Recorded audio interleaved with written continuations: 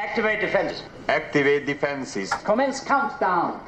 10 minutes and counting. 9 minutes and counting. 8 minutes and counting. 7 minutes and counting. 6 minutes and counting. 5 minutes and counting. 4 minutes and counting. 3 minutes and counting. 2 minutes and counting. 1 minute and counting. 40 seconds and counting. 10, 9, 8.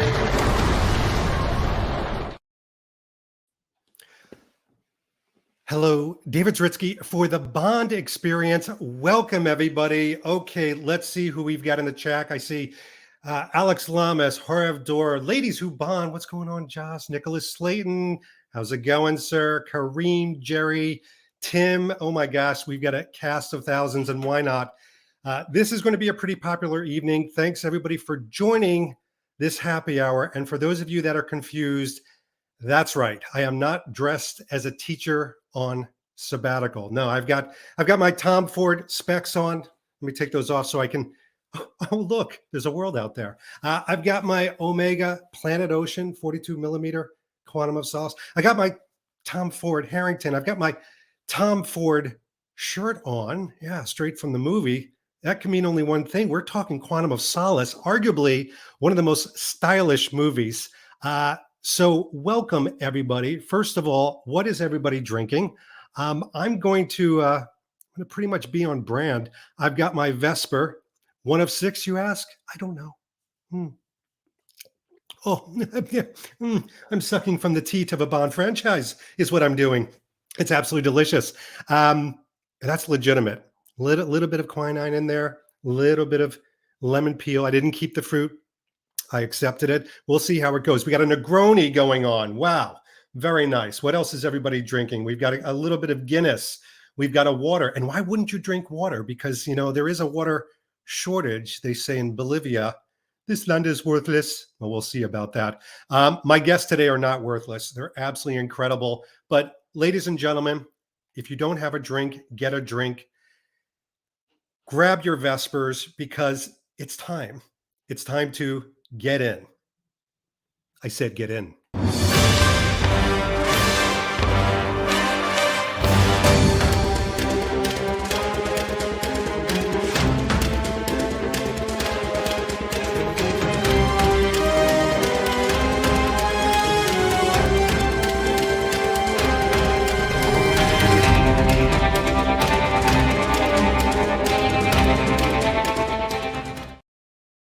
All right, in that new opening, maybe you saw a couple people that you recognize, but certainly these next few people you will recognize.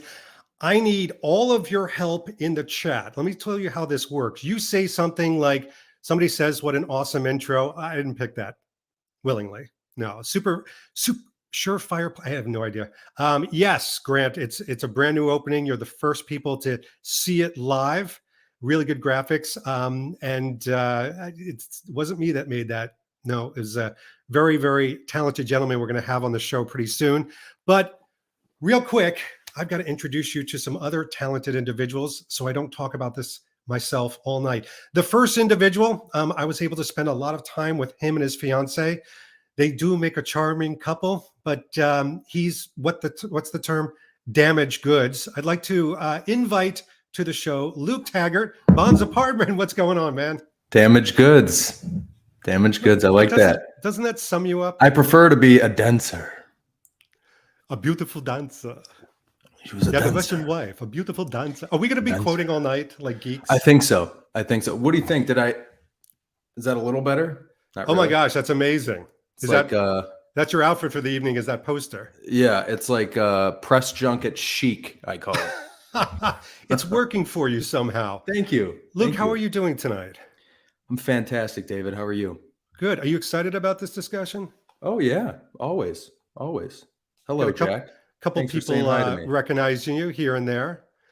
Hey guys. Hey Crystal. That's a different quote. Different film. What are we drinking tonight? I've actually got a local beer Oh. tonight. It is a Founder's Solid Gold, it's called. Are you going to ask Brienne to come in and take it back to your room? No, Like in she's the not movie? here. She's not here. So A cerveza. Yeah, that was nice, wasn't it? I was thinking Kyle needed to do the same thing. Oh, Kyle's all over that. But who knows? Who knows if Kyle's even here tonight?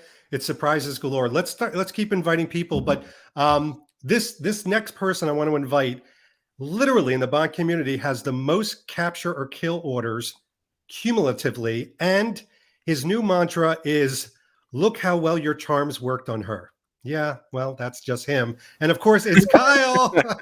How are we doing, gentlemen? It's nice to be doing back. great. It's been a long time coming, and I'm really excited to be a part of it. It has been a long time. We've been talking about doing this one, I think, leading up to it. And Kyle, you and I must shop at the same places. You know, when you're a Bond fan, that tends to happen every now and then. You're gonna wind up wearing the same jacket as somebody else. It's true. Now, what are you wearing? What brands? I've got, this is actually inspired by Quantum of Solace ensemble I've got on. So the jacket is a Harrington from Banana Republic. Nice. It's a black Sunspell polo. The jeans are the 7 for All Mankind, and the boots are the Church's Rider 3s. So I've got the jeans and the boots, sort of screen accurate, different colors, just colors that I like better.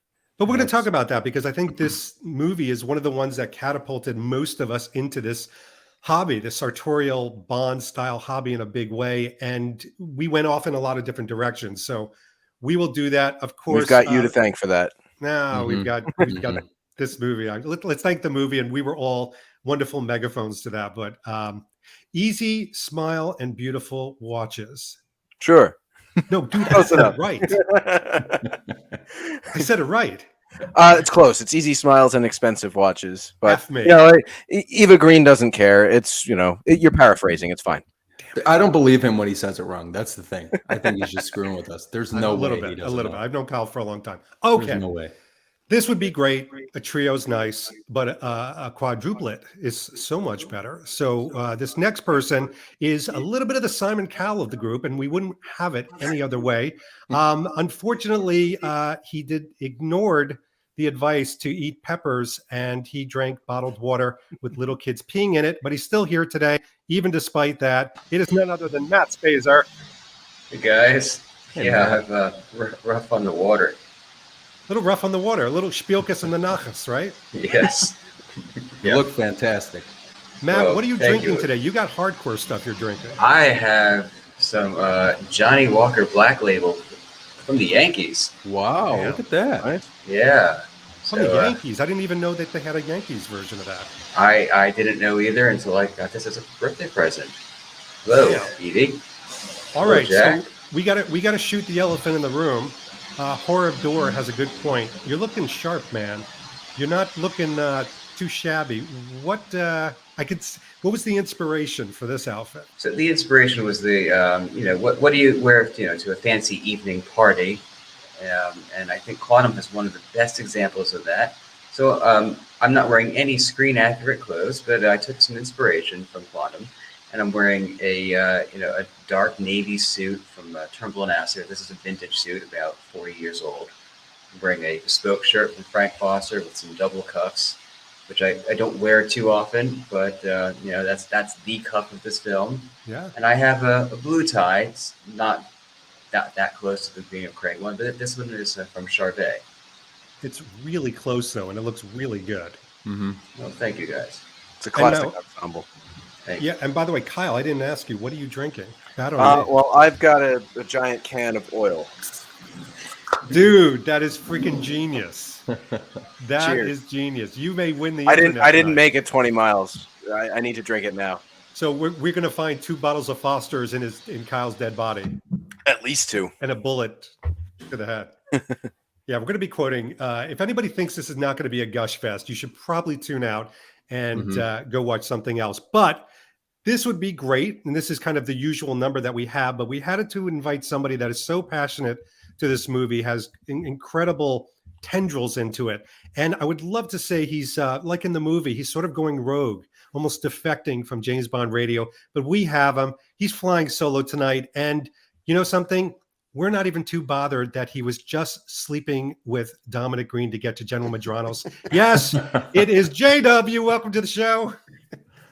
JW. Hey, boys, what's happening? This is happening. Not We're much. Yeah, excited. this is great. Welcome to the party, pal. No, I'm so excited to be here. I've been laughing the entire time already. What's Dominic like? He's He picks up the preacher. tab at dinner. You know. That's all I'm looking that's for. good. That's all He that broke matters. up with JW just before this thing, and he goes, "You lost another one." I hate when he does that. He looks like a frog. Oh God, I love it, He's such a gentlemen. geek. JW, what are you drinking, if anything, tonight? You know, if I'm going to look at you, David. I have to. Nice. And in Nice. honor of today's the day that you can first pre-order Chris Blackwell's memoir on Amazon. So there's a little plug. Oh yeah, that's So right. I am going to go down the rabbit hole of some rum. It is 112 degrees here in Palm Springs.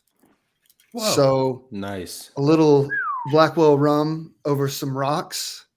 Yes. Seemed That's like a the new right thing to bottle, do. isn't it? It is. Oh, Let's see just how the we can get crack through of it. the new bottle is nice. It is. It's the best. Yeah. By the way, check this out. How nice is this? JW in the house, so awesome. JW adds so much to this community. Welcome. He does. We had a bromance moment on a video lately that around GoldenEye. But you know, I think what we had in common, and I want to explain to the audience why this panel of people are together. It's because we've all had these kind of wonderful discussions about this movie, how it influenced us, the things that we like about it. And we're gonna slowly walk through. We're gonna have some drinks. We're gonna have some fun, some laughs. Maybe we'll find out a little bit about each other. Maybe we'll have some surprises, some storytelling in the end. I promise you, all of you who stay tuned in are going to see some things in the end that you may not have seen before, and maybe hear some stories that you didn't know. So there'll be some intrigue. But let's just go around this panel. Luke, we'll start with you. Quantum of Solace, a lot of division as a movie. Yeah. What do you think about it? Watchable? So as you were saying that, I was kind of thinking about my experience with it. And I was somebody where when it was new, I loved it. But I think it was just because it was new. And then once Skyfall came out, I was like, Quantum is second fiddle to, or I should say third fiddle now to Skyfall and Casino Royale. But then as other things have come out, Spectre and No Time to Die, it's grown on me a lot. And it's very watchable. Obviously, sartorially, it's incredible. So yeah, 10 years ago, probably a different answer. But today, it's a top 10 for me, I think. That's pretty good. Kyle, same question. I don't love this movie as a movie. And that's all from Kyle. Yeah, that's all from my Damn. screen. Mute him. Mute him. I just a lot of the editing and filmmaking techniques I find way too frenzied and frenetic, difficult to follow. But as a 2-hour-long Tom Ford commercial, it's awesome. This is one of the most stylish Bond movies in the entire franchise, which is why I think this is going to be a really interesting conversation. I love that description because it's like a 96-minute catalog, like a lookbook. It's a capsule Tom Ford. collection. Yeah. Yes. All right. Can I push Matt, back on that editing a little bit? Sure. It's the editing is representative of Bond's state of mind. All right. It's I've not- actually I could see that. That makes sense. It's not Storytelling like, okay, we're going to do the Bourne thing, which, whatever. But someone told me that, I wish I came up with that. I'm looking at you, Morelli. I wish I would have come up with that. But if you think about like that frenetic energy, and then when he calms down in the opera, it's all kind of what's happening in Bond's head, like his mental state. I'll go along with that. I have discovered a comment new to put up. appreciation for this movie as a breakup movie. It's a really good movie to watch after a breakup. Oh, I thought you meant to like break up with somebody. Like Oh, that sitting too. down and have them watch They it. might leave you after you show them Quantum of Solace. It's a reason to break up with someone. You know what you do? Don't Just like this grab film. their face and say, your prison's in there, and then just close the door and hop on the train. Then throw that necklace right in the snow. Yeah. Like, And by the way, when I get out said- of the car, come on. I did a Yeah. video where I actually, to your point, JW, said the editing that drives everybody crazy with the car chase in the beginning is Mark Forrester's way of saying this is what driving while you're almost having accidents is like. And for those of you that have either narrowly escaped an accident or done something, it is kind of like that. Things are happening lightning quick. You can't make heads or tails, and you just go into instinct mode. Yeah. Am I sensing a when I was in my Aston? That's the next video. Oh, Let's see if we can go one of those without me saying that. Matt, Yeah. So to you, I mean, as a movie, where's your head at on this? Yeah, no, I think right now, it actually might be my favorite of the Daniel Craig films. It has, but you guys know I'm not like a big fan of any of the Daniel Craig Bond films. We know. And I think I said on the last time I was here, I like this film because it's the shortest of Daniel Craig's films. It's the one I don't have to sit through as long. But no, there are some things that I love about the film. I mean, the style, of course. I love the style. I think it's my favorite Daniel Craig Bond film for the style. I also love the score. I think the score is it's the last Bond score that I like. I don't like 3 that have come since then. And I like I love opera, and I love that opera is in the film. That means a lot to me. Just to see one of my favorite things outside of Bond in Bond, that really helps the film for me. Really. And I think it might be Daniel Craig's best scene, like in the whole series. I think that scene is just fantastic. I think the film overall is a beautiful looking film, apart from the editing. It is. If they only gave us a chance to see it, but now that I have it on home video, I can pause it. That's right. For 96 minutes. Absolutely. Matt, thanks. JW, Yes. Clearly you hate it. Yeah. Oh my God. I love this film. It's actually one of my favorite films, period. And it's my favorite. It's not the most rewatchable Craig, but it's my favorite Craig for sure. More than Casino Royale. Yes. Hands Wow. down. I All got day. We got the right people, because we've got some people that connect with it, maybe people that don't connect with it too much. Yeah. This is going to be a really good discussion. I've got to say, I definitely err closer on the side of JW. People kind of know I'm sort of a poster child. It's a little bit of an underdog film that I defend, but I genuinely, from a rewatchability standpoint, if I'm in the mood for the Bond that is totally badass, but he's not a new Bond like Casino Royale, and he's certainly not a washed up Bond, kind of, too old for school, kind of like Skyfall. He's not Daddy Bond, and he's not Sepia Bond. I just love seeing this film. It looks great. He's just fantastic. I know JW is like, I like Spectre, but here's what we're going to do, ladies and gentlemen. You get to play at home. We are going to share some images, and we're going to chat about them. This is just like you all met at a club or a bar or a pub. You poured yourself a drink, and we're showing pictures of our kids, and our kids just happen to be Quantum of Solace. So let's start off with that wonderfully edited chase in the beginning, because Bond wears a suit, and we're going to start with Matt, because Matt's going to help be our suit sommelier, our suit Sherpa. Through the Cragley Mountain of getting everything wrong, like lapels, Matt is going to help us. So, Matt, what is Mr. Craig wearing in this scene? Yeah, so he's wearing a navy pinstripe suit from Tom Ford. It's got 3 buttons, lapels rolled over the top button. He's got a light blue shirt from Tom Ford, a dark blue tie from Tom Ford, and some wonderful Church's quarter brogue shoes. You can see his shoes in that picture? You can't see him in this picture, but that's what he's wearing.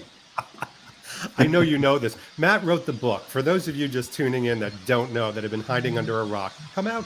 The weather's great out here. Matt pretty much wrote the book on this. So, JW, this suit, and you can see it kind of in a different form there. When I first saw it, my opinion was, well, hold on a second. As a sartorial person, I realized right away, it's not the same suit that was supposed to be 5 minutes ago in Casino Royale. Did that bother you? Did you notice right away? Yeah, I totally took notice of that. But what overtook me was the fact that you look at Craig at the end of Casino Royale, and you look at him in that shot before, and the difference is now he's a movie star, full-fledged movie star. He looks like an action movie star. When they finished filming Casino Royale, they had no idea whether or not it was going to work. And the success of that film was, I think, a bit of a surprise to everyone. And in the opening shot of this film, Quantum, he's just a full-fledged movie star. He looks the part. And I think it's timeless. I mean, that suit, Matt, correct me if I'm wrong, it looks as good today as it did then, right? This suit will always look good. It's timeless. and it was from an era, this era, around Casino Royale and Quantum of Solace. There weren't any extremes in menswear. Extremes were not in fashion. It was just about to be it had to be something that was just very timeless, very middle of the road, balanced. That's what we see here. Well, about the, I think it is the suit is trying to, it's like the Casino Royale look from the end of Casino Royale, but it's just a different interpretation. I think it's supposed to be the same, but it's just we have a new costume designer who has reinterpreted the look. The costume designer didn't think the 3-piece suit would fit here, and I kind of agree with that. Yeah, and Kyle, I wanted to ask Kyle something because there's some good comments that are happening. David Schlotsky, for example, says this takes us into the tight suit age. If you think it's fine, but big guys need pleats and room. Kyle, did you think the suits look too tight in this film? Not particularly. Maybe the rise of the trousers is just a little too low, but not to any sort of extreme. I think Matt's right that this suit doesn't go to any extremes in either being too baggy or being too fitted. I think this is right in the sweet spot. Yeah, I agree. Luke, I mean, what do you think? I mean, we're kind of seeing some interesting imagery here, but this to me, and Matt, help me here. In the opening, is it the same suit he's wearing in the opening scene? Oh, I don't remember. I can't tell. It could be the same suit, or it could be the midnight blue suit from later in the film. Oh, I love it. Okay. Mm-hmm. I'd love that. I think it might be that. Guys, gals, Armageddon is here. Put up the fire traps. Matt Spazer has been stumped. Somebody tell the news. That's why there are all those sirens going off in the background. I'm just nervous that it could be Matt having a stroke. Well, there's the suit again. Luke, get back to you. I mean, by the way, I chose this. You're going to see some shots that you don't normally see. I chose this because I love the fact that they didn't fix the collar. There's a little bit of continuity, smushness going on here. It kind of looks like, a 7-year-old at a bar mitzvah, like where the shirt's all akimbo, but he's been through a lot. But Luke, what did you think of the suit and the shirt and everything? Yeah, it's a very prom look minus the tie wrapped around his head. I'm sure this is driving Spazer nuts, but for continuity's sake, it fits. It's especially where, there's not going to be a continuity issue here like there was from the end of Casino into the beginning of Quantum. But I think for what he's just been through, the look makes sense. Yeah. It is interesting that he did decide to take the tie off though, between taking and the pocket handkerchief. Yeah, which is it's actually, as we're saying this, it almost looks a little too staged because of some of the stuff. Taking off the tie is one thing, loosening it probably would have made more sense. The handkerchief though is a little strange. It's a little strange. And by the way, you sure was the handkerchief there before?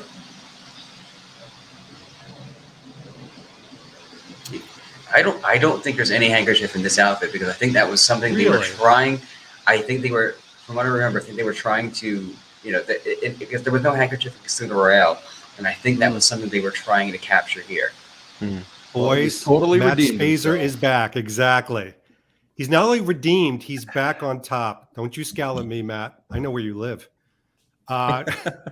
So here's the deal. Let's open up the conversation, because to me, this is one of the style movies that there are some Bond movies, not just Daniel Craig's, where they put him in something that is just for the look itself. But here you've got Daniel Craig, action star, in an action scene. And this boy takes this suit, which fits really well, these Tom Ford suits, and he takes it on the road. He takes it running in some of the most, I think, incredible action. JW, talk to me here, because this is where style meets function. And you actually believe that a man can run around in this. Yeah, he's definitely not wearing skinny jeans. No. I think it looks great in the action scenes. It's sort of seamless between obviously wearing something that has to have padding in it and what he was wearing in the hero shots, right? Yeah. I think it looks incredible, and the mobility and just the movement of the scene. I mean, when he's jumping over and smashes into that little teeny table. I love that. I think he looks killer. I think he looks like a badass action, movie star to me. I keep coming back to that. This is Matt's most awesome. badass.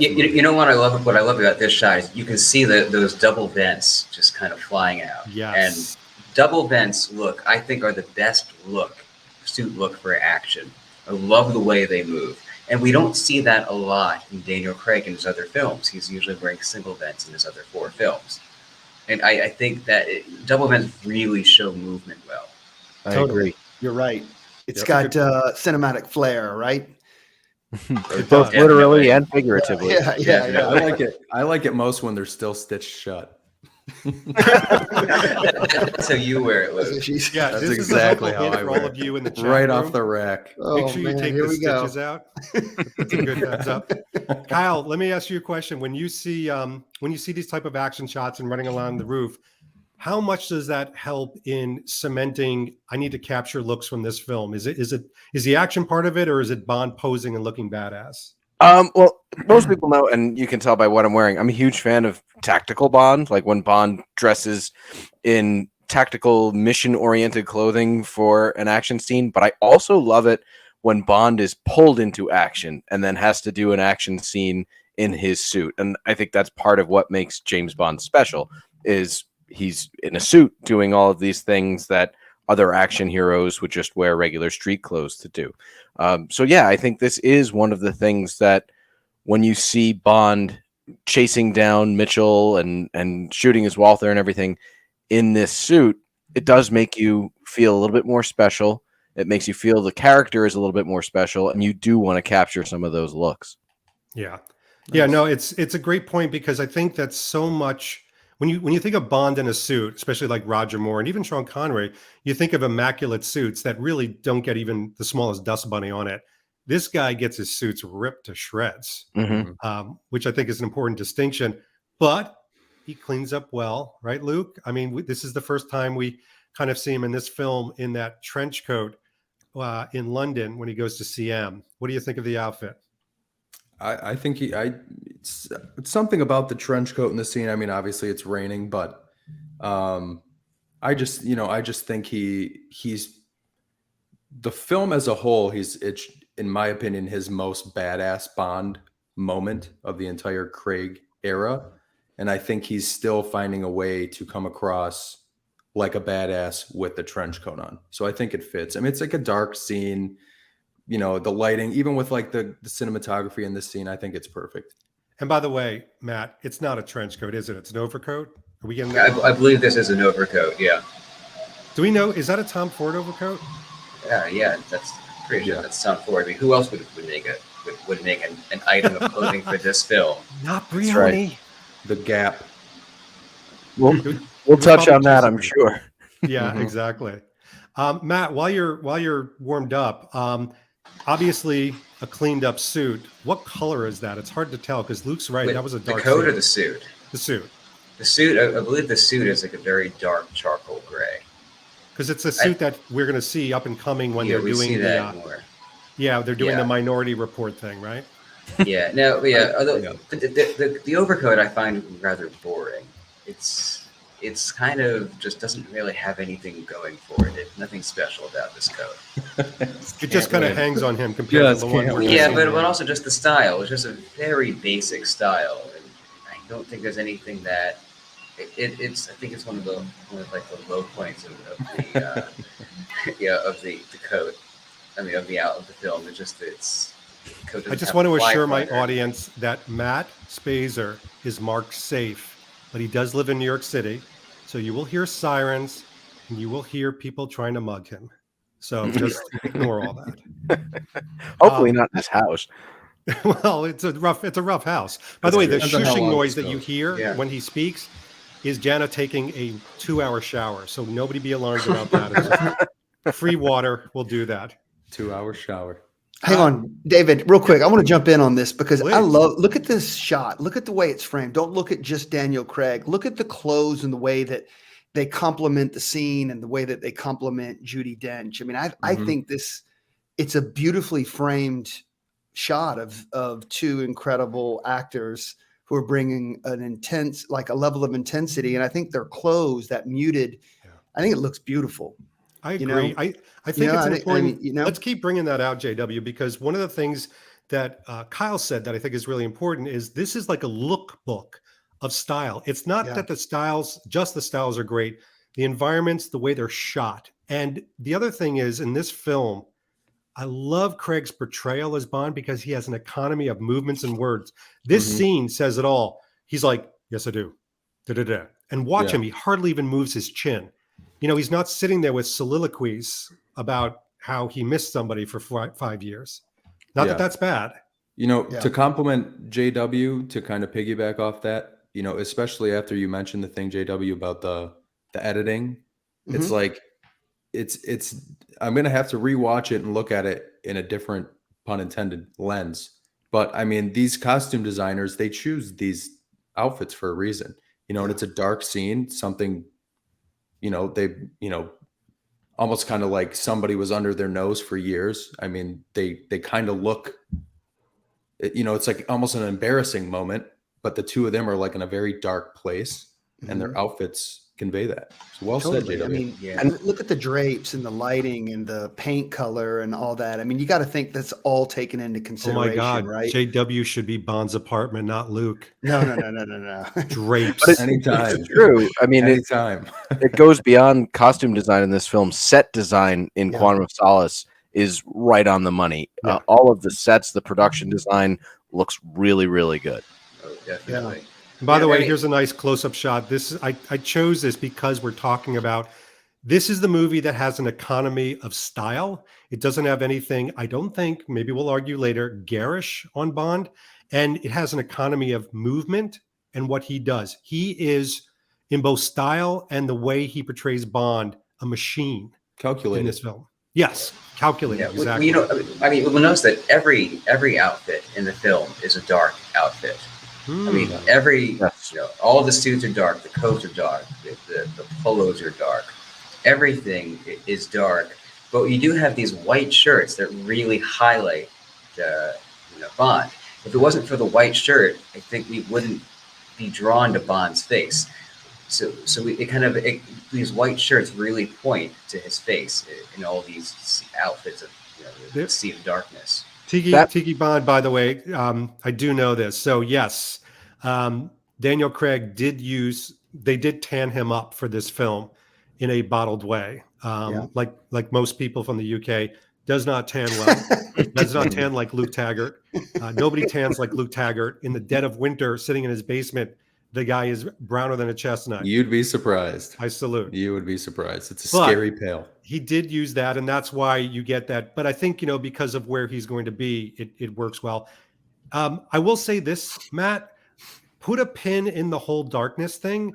I agree with you 100%, but we're going to have a little bit of anecdotes from Louise Fogley of where it could have gone in a very different way.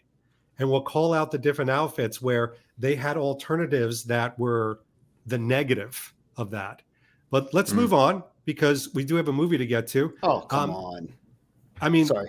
I had to pick this scene because it's a great look. Guys, Jesus. He's shooting his cuffs. He's adjusting his watch. He's looking total badass. Has Daniel Craig's Bond ever looked better than that? Yeah, I think it's one of the greatest looks. I mean, he looks like he's ready for business. He's at the office, but he means business completely. Since we're among friends, I do have one tiny nitpick, just personal taste. And that's all from Kyle. Mute him again. And that's why we're having I'm so glad Kyle's here, Yes, honestly, yes. because otherwise this would be a very boring show. We can't make it a total love fest, right? No. Just my own personal opinion. I think Daniel Craig, and this is something that they kind of realized in later films, looks better in blue shirts than in white shirts. He's got a very, very light complexion. And I think that blue looks better against his skin and hair color than white. Yeah, I completely agree with that. Looks better on camera too. White is never good on camera, period. No matter what you skin tone, right? It's exactly. But you know something? Where I really that hit home, Kyle? Not even so much in this movie, but absolutely in No Time to Die. When he wears that gray suit, which is already kind of light, and the white shirt, it kind of washes him out. It does for his coloring. Yeah, great point. And I understand what they're trying to do with the contrast between black and white. This is a very bad is black, white is good, light and dark film. There's a lot of darkness going on in Bond's mind at this point in his career. So I get it. I know what they're trying to do. Just personal taste. Daniel Craig looks better in blue shirts. Well, Bobby Morelli said it very well. That's from a view to a Kyle. Which, by the way, how is that not your handle? That is it. Yeah. That's pretty cool. The main reason why the main reason done for, basking in for that the, name. He's like, enough of this shit. We're here to talk about suits. the main reason I think for the blue shirts is in other films is Daniel Craig's blue eyes. Oh. Another good reason. Apart from how much better it looks on his skin tone, I think just the blue really brings out his eyes. Speaking of I think eyes, this is the very beginning important. too of post Casino Royale with the way that they shot these films and the filters. You're missing a lot of color and patterns on some incredibly nice suits. 100%. All throughout the rest of his tenure, which is a shame. They look a lot more flat in this film than they do in real life. They all look black. They kind of look flat and boring on film. It's sad because they're beautiful suits. Right. they are. They do look better. I think every one of the Bond suits looks better in person. 100%. But you could say that about anybody. This is where I think the sartorial world pooped their pants in a good way. Seeing these glasses. No, I was not doing an Amber Heard. Sorry, that was in the bed. That wasn't her pants. That was the bag. That was the California. Strangely King. enough, JW, today Hey, I my sent her a dog, text message. today I'll my let her know. dog got stung by a bee. Sorry, for those of you that are watching the trial, you'll know what that is. But these, I remember everybody trying to find these. I identified them as the wrong things. I thought they were the Oliver People Airmans. Everybody bought the Airmans, including me, and they were wrong. And of course, they were Tom Ford. But then you got the Tom Ford Polo, which everybody thought Sunspell was back, and it wasn't. But Kyle, since you're kind of halfway there, Casino Royale to this, which one was the more influential polo moment for you? Just from the sense of accessibility, it's Casino Royale. Okay, I mean, yeah. the Sunspell Polo Agreed. is staple. They make it around the clock. They never stopped making it. It wasn't part of a limited season collection. You can still buy them today in all different colors. I have every color of the rainbow. So I would have to say Casino Royale. And on top of that, and Luke, I saw you clapping, so this question's for you. The correct Tom Polo, which was never offered in their capsule line when they did come out with the capsule, which was kind of interesting, is incredibly hard to get the right SKU number. There was a project that was started on a board called AJB that stuttered, sputtered, failed. It's kind of sitting out there. And now Tom Ford has halted after the tie project any kind of custom jobs probably for the next year or two. Mm-hmm. So, chances are if you have the right one, hats off to you. But Luke, you love the Sunspell Polo and Casino Royale. You've talked about it. You've done videos on it. You've been passionate about it. But from this look, because he has this in a lot of action scenes, to that one, which one do you kind of connect with? Which one feels more Bond? Which is more badass? A lot of questions in there. So if this is cheating, the way the trousers fit in Quantum make more sense. It's just he's got the slim fit polo in Casino Royale and then these kind of baggy chinos, which is not the look, but it's like you said, people confuse the two. They think this is the Sunspell Polo, which might be unfair to the Tom Ford because of course it's a beautiful piece, but for this to be like the more iconic of the two, I don't even know if it's possible just because so many people think it's the Sunspell. It's like it almost doesn't stand on its own until you find out what it is. And of course, all of us know what it is, and most people watching know what it is. But the fit and everything is better, and of course, it gets way more screen time. But the Sunspell, you just can't beat the Sunspell. You really can't. I don't think. By the way, there's some questions. Oh, sorry, Matt. Yeah. I do think that the fit of the Sunspell is much better than this. Right. Unless you're tall. Yeah. And I think the Sunspell fit is because it's much trimmer in the waist. This one is well fitted up in the arms, the chest, but it hangs throughout the rest of the body. Well, it does, and that was purposeful. The way they cut it, it's almost like an A shape, as opposed to, you're right, more of the Sunspell that kind of V's in. And even the material that this is made out of, it's a linen blend, so it kind of swings. It's almost like have you ever seen your girlfriend or your wife wear like a swing dress or a pregnancy dress? I hate to say. So it has maternity dress. I don't know. It's been a long time since I've had kids. And I don't even. You're the only one here. Oh my god! But it's been a while. They're 30 and 26. Hey, So, I can tell you, if you want your Sunspell polo to swing, just have my fiance wash it for you. She'll screw it up real nice. yeah, Luke came out of that and said, "This polo's worthless." But I will say this: someone asked, "Is that Levi's?" It is Levi's Stay Press, which are very hard to get the correct ones, and they've been highly tailored. But you're going to notice something. The reason I pulled this shot, and JW, talk to us about that. Those aren't skinny jeans. No, they don't look like a flamingo. What do you think? No, not at all. But I mean, he's, at his height and sort of his build, not a relaxed fit, but more of a straight cut. It looks better on him. I've got what we might call chicken legs. And I'm tall, so it's like I have to wear something that's a little bit more fitted. So although I love that, I could not get away with it, By the way, there's another shot. David's an ass man. Sorry, what are we talking about here? Nice ash.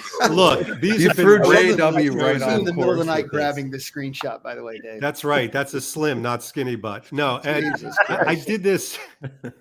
I did this because Danielle woke up. She's like, "What the hell are you looking at?" Well, Yeah. but here's the thing. It's a stunt man's ass. We're all different ages here, right? So harken back to 2008. That was a while ago. That was 14 years ago.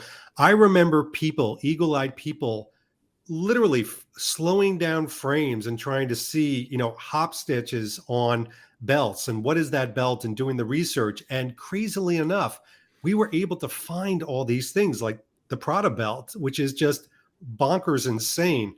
But do you all think, and actually, Matt, I'm going to start with you because you've been in the game for a while, even though you're not as old as JW and I, not even close. Was this the movie that really sparked the sartorial Bond community? It does seem like it was. It really helped people get excited about Bond clothing. I mean, I've been excited about Bond clothing since the Brosnan era, but it felt like it wasn't as mainstream of a thing. And now I think I think so many of the styles in this film got people excited, and I think it has something to do with just Tom Ford being a big deal overall. And Tom Ford had just launched his line, I think a year earlier, 1 or 2 years before Quantum of Solace. So he had been a big presence in the fashion industry, but this really made him a household name, and the connection with Bond, plus him being just such such a force in the fashion industry, really helped Bond and style just become. Matt, if those cops ask you to open your trunk, don't do it. Why would you want me to do that? That's all I'm saying. I don't think Mathis is back there. Oh my God, who's that? Bond's apartment. Who I'm glad he's in the chat room. As opposed to in here, said Bolivian police for Matt. That's a really good point. Hey guys, real quick, I wanted to ask you a question though. The whole, the Tom Ford thing, that was Daniel's call, right? I mean, he was the one, now that he had some say so after the success of Casino, right? A little bit. Okay. Really? Yeah. For some reason, I thought that was him saying, "This is what I want to do. I don't want the Brioni. I don't want the diver. I want to establish, So the reality is there was a disconnect with the last costume designer between what he wanted. He did eye up Tom Ford, but Louise Frogley also wanted Tom Ford as well. Got it. So I think it was a mutual appreciation. I think there were a couple brands that were in the running, but he specifically wanted something more modern. I remember there were talks of Dunhill. Yeah. I remember seeing lots of news about Dunhill was going to be Bond's next tailor. Yeah. And of course it didn't happen. That's right. But it's a brand that would make sense. It would, and it still makes sense. More sense than Tom Ford or Brioni for Bond.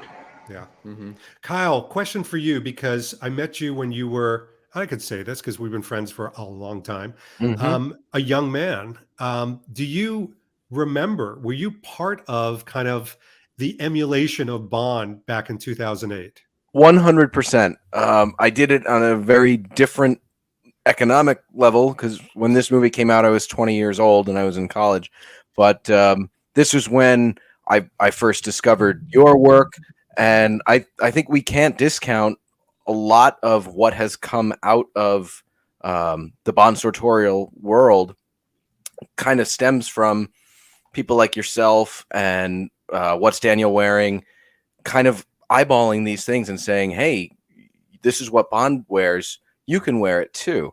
And it doesn't necessarily have to be, and in this case, in the case of Quantum of Solace, it can't be the exact pieces that Bond wears, but you can dress in this style, and here's how to do it, and here's how to look good doing it.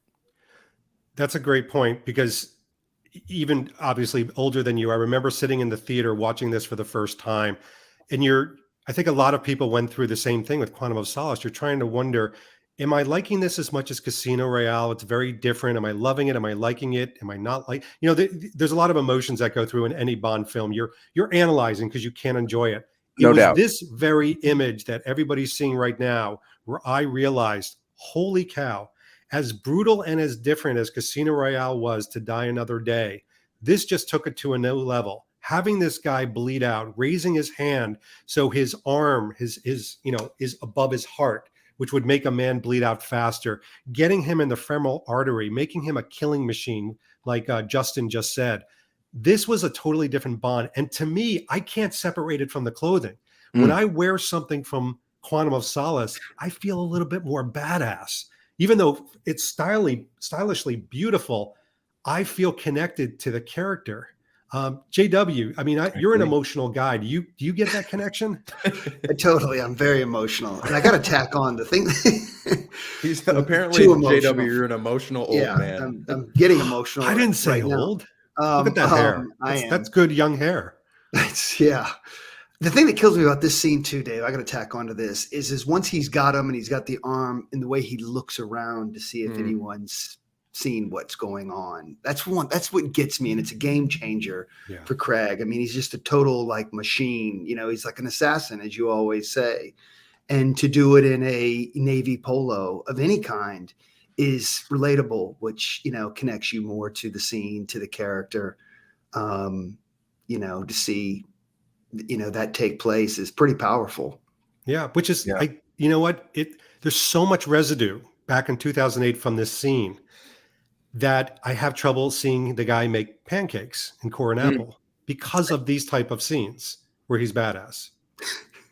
Even right off the bat, if you didn't connect with the film the first time you saw it, I think every Bond fan who saw this movie connected with the style. Everybody thought, damn, he looks good, and I want to learn how to dress that way. Exactly. And Luke, you were a part of that. I mean, he throws on the Adidas Y3 jacket, rarer than hen's teeth, but there's been great replicas out there, which, hats off to Iconic Alternatives and Royal Filmware, who have just done an amazing job replicating these. Luke, you're always one to kind of say, I like it. I can either replicate it or do something different. But how is this as it comes together? Because he's now taken his outfit and he's literally taken Slate's coat. It's another man's coat. Yeah, I mean, I think it fits perfectly. And of course, it's obviously tailored to him, but it's supposed to be somebody else's. But I mean, this was one of those ones similar to Kyle. When I saw this at 18 or whatever I was at the time, I immediately started hunting down something similar. I think I found something. It was like a Calvin Klein, some sort of Harrington or whatever. But I mean, this was a look that I absolutely needed to have. Well, Luke, I think I know you well enough that I'm not surprised to hear that. Matt, I want to get to you because you're wearing a suit. You are the suit guy. You are Bond suits. I don't know if you knew. When you see a Harrington like this that fits really well, does anything stir in your loins? Oh, sure. I think Harringtons are some of the I think it's one of the greatest pieces you can wear casually. I don't wear a suit all the time. I don't wear a tie very often. I mean, like a tie a few times a month. Not wearing it every day, and I think that this is just I kind of dress like this every day. I mean, when I'm not dressing up, like on weekends, I think this to me is a very influential look. Would you wear that jacket? Yeah, I would. Yes, I would wear this. Would everybody wear that jacket? I mean, no doubt. Yeah. I prefer the Harrington that we see later in the film over this one, but I would wear this one too. I agree with that. This is the one flaw in my opinion, is this jacket, and I'll tell you why. And maybe it's because I'm comparing it to the Harrington later. The collar, it looks like Dracula to me. It's this huge, wide collar, and I just can't. I'm not down with it. It is a big collar. It's given the choice. Really, you're going out at night. You got your lady on your arm or whoever, and you've got the choice between this jacket and the Harrington all day long. Can't disagree with that. Big old Count Chocula. He's rocking right there. So he's got to wear this at breakfast. He's definitely not popping that, but I will say, as somebody that reviewed the new Adidas, however you want to pronounce it, Spectre logo giant thing, it's the same exact collar, literally inch for inch of the Y3 that they did. For some reason, they do some big chunky collars. And I will say this, it is a big collar. Like when I wear my Y3, which isn't that often because the arms are like gorilla arms, because it's a cycle jacket. So it's supposed to be when your arms are stretched out. Obviously, that's really well tailored. You see his arm is kind of bunched up by the elbow there. Beautiful wrist shot of the Omega. But I will say that if given the two, if the house is on fire, I'm grabbing the Tom Ford Harrington. It's just what I gravitate to. I do like a big collar. I mean, you can call me Count Chocula if you want, but I actually think I think that I do think that big collars are my thing, and I kind of like that about this. And Matt, wouldn't you say that big collar? I know it's not made by Tom Ford, but that is kind of a Tom Ford thing. Big collars, right? Yeah, Tom Ford likes big things. He likes to make a statement. How dare you? And I think it goes with the film style. Yeah. Speaking of style, Kyle, are we getting McQueen vibes here or what? Totally. I think that this is when the costume designers or whomever realized, hey, Daniel Craig kind of resembles Steve McQueen. Yeah. Let's lean into that and let's kind of put him in clothing that's inspired by classic McQueen looks. And right here with Daniel Craig on a motorcycle, I can't not see Captain Hiltz in The Great Escape. Yeah. Oh yes, and that couldn't have been by accident, right? Oh no, it's totally by design. I think some of the pieces that we're going to see later in Quantum of Solace are even more directly McQueen inspired. Now, JW, in that shot, is he still looking like the flying? No, nun I mean he looks cool 70s? as hell. I mean, I'm just saying that I don't know, I prefer the other jacket, but no, I mean you're right. This is total Steve McQueen. And you know what I'm just vibing again is like they're on real locations. That's not the back lot. Look at that. I'm sorry, Cuba. You cannot replicate it on a back lot. Cuba. I mean, as wonderful it is, and I know she's apologize Cuban, to an entire look country. at these screen grabs, these cinematic screen grabs on location. I mean, this film blows my mind for that very reason. By the way, even the motorcycles look happy, which Jerry noticed. It does look like it's smiling. Yeah. Sorry, I stepped on somebody's line. What were you saying? But this takes place in Haiti. Yes. Where did they film it? I think they filmed it in Port-au-Prince, right? Didn't they go to Port-au-Prince? I don't think they filmed it in Port-au-Prince. Really? Because I know the Bolivia scenes were not filmed. I think it was that was in Peru, right? But I swear Panama, I think maybe okay. We'll have to look that up. Somebody. I mean, it's still a beautiful location. Someone in the chat knows. Yeah. I mean, it might even be Puerto Rico, but I swear I think they went to Port-au-Prince. I might be wrong. Okay, maybe so they went did. there Somebody in the chat knows. We've got a couple hundred people, so they definitely know. One of the things I will say, JW, to add defense to what you're saying, I love this film because of the realness, the grittiness, style, function, Bond, and the locations, because Siena is Siena. London is London. It's not, Bangladesh, or something crazy and fronting for something else. San Monique. Listen to this. You can't actually film in, it's a question mark. Sorry. Cologne. It was filmed in Cologne? Panama City. No. Yeah. In Panama City? Yep. Oh, actually, it could be Panama City. Okay, yeah. That I can see. Yeah. I thought you said Cologne, like it's in Germany. Like in Germany. Huh? No. God, that's the best set dressing I've ever This seen. film, Something like It was on the film back Cologne, lot. La Paz was created in the heart of Panama City. Ooh, nice. Wow. You know what's amazing is Just how going to places that Bond Southern never England went looks nothing before, like Southern California. Yeah, exactly. Vegas. Very nice quote, Kyle. By the way, so this next kind of transition talks about an aspect of this film that I love, and I want to get all of your opinions on this, but this is one of the best clothing hopping James Bond films. What the hell do I mean? If you look at No Time to Die, every scene that changes, he's got a different outfit. Every turn of the head, he's got a different coat on.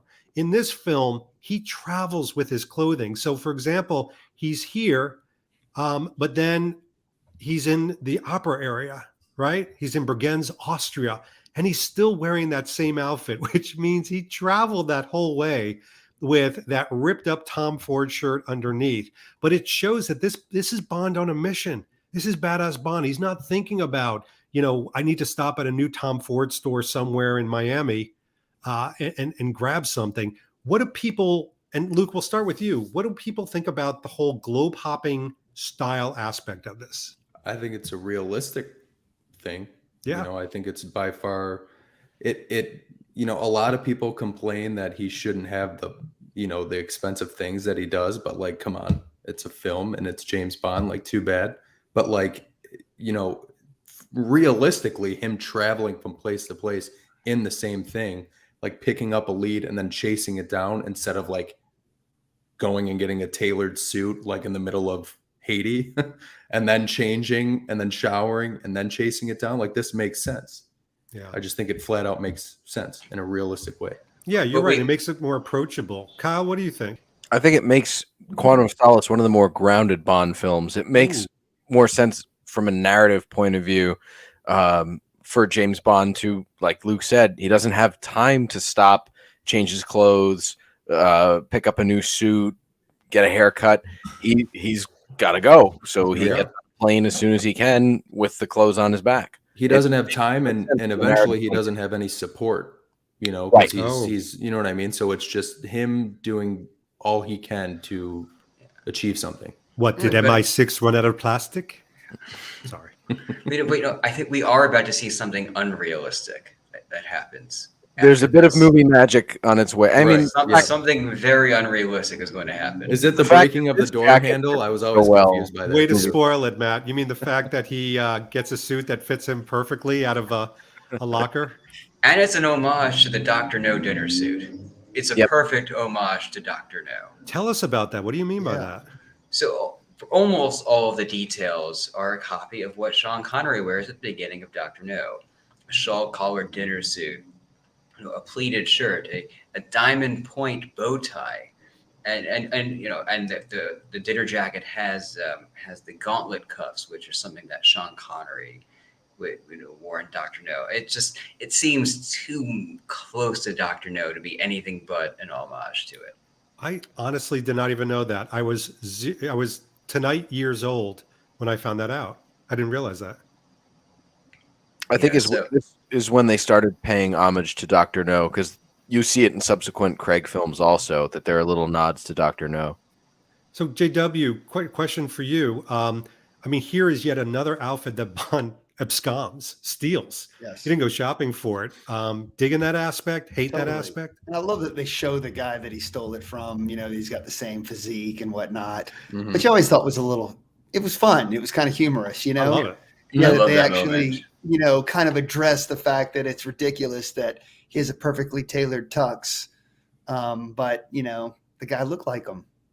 And I think in this shot of him standing at that railing, looking down at the gift bags, I mean, I think he looks, badass. He looks the money. Yeah, he really looks incredible. I love this tux on him.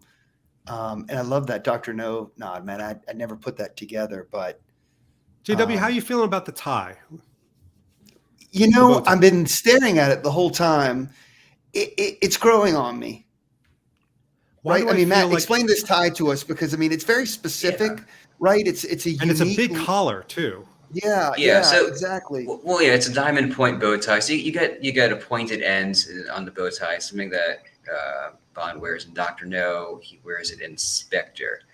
I believe those are the only occasions where his bow tie is pointed. This one, it looks like it was tied a little too short. Like it's not quite wide enough on his head. It could be just a hair wider. But, I do love the diamond point bow tie. I own one myself. I wore it at my wedding. It's my wife's favorite style. So she's really into it. That was something that she made sure I wore for our wedding, because I guess it looks kind of historical. Diamonds are a woman's best friend. That's right, Matt. I think that would look good in the Bahamas. Yeah. Oh. Yeah. So yeah. Good thought. But I think it's my favorite dinner suit of all of Daniel Craig's in the series. More than Skyfall? Well, definitely more than Skyfall, because of the fit and because this has double vents. I don't like Skyfall's single vent. That I will never get over. This one, to me, I mean, it's just perfect. It's I do prefer the color of Skyfall. This one, for the longest time, I thought it was midnight blue. Someone had said it was midnight blue, but after talking to the person who at Taylor and Lodge, who provided the cashmere mohair blend, he confirmed to me that it is black. It is, yeah. I've seen Once again, man, those filters. Well, yeah, and I've a friend of mine, not me, owns a screen used one of these, and it's black. I mean, it's clearly black. But sometimes things that are blue film black, and sometimes black things film blue. It's just the way of the world. I will say that it still looks very classic. And again, I'm going to always talk about the whole idea that the cut of this suit looks so different than when you think of, the ending of Spectre, when he's wearing the sharkskin blue suit and he's doing the, arcade game, like shooting people. This just looks like a classic Bond suit, the way these suits fit. And this to me, I think even Matt Spazer would wear. Am I wrong? Oh, I would wear this just directly, just take it right off of him and put it on myself. Although it would probably be a little baggy on me. Continue the tradition of stealing it off people. That's right. I would steal it from him. Imagine the naked Craig just standing there. What happened? Yeah. I mean, just look at walking down the street. The shoulder line, the shape of the sleeve, there. It drapes beautifully on him. Yeah. I agree. This film does not suffer from the tight fits that the next three films would suffer from. And yet he's still able, and here's the thing about this film that I love, and I'm going to keep saying it until everybody listens. He's able to move in his clothing.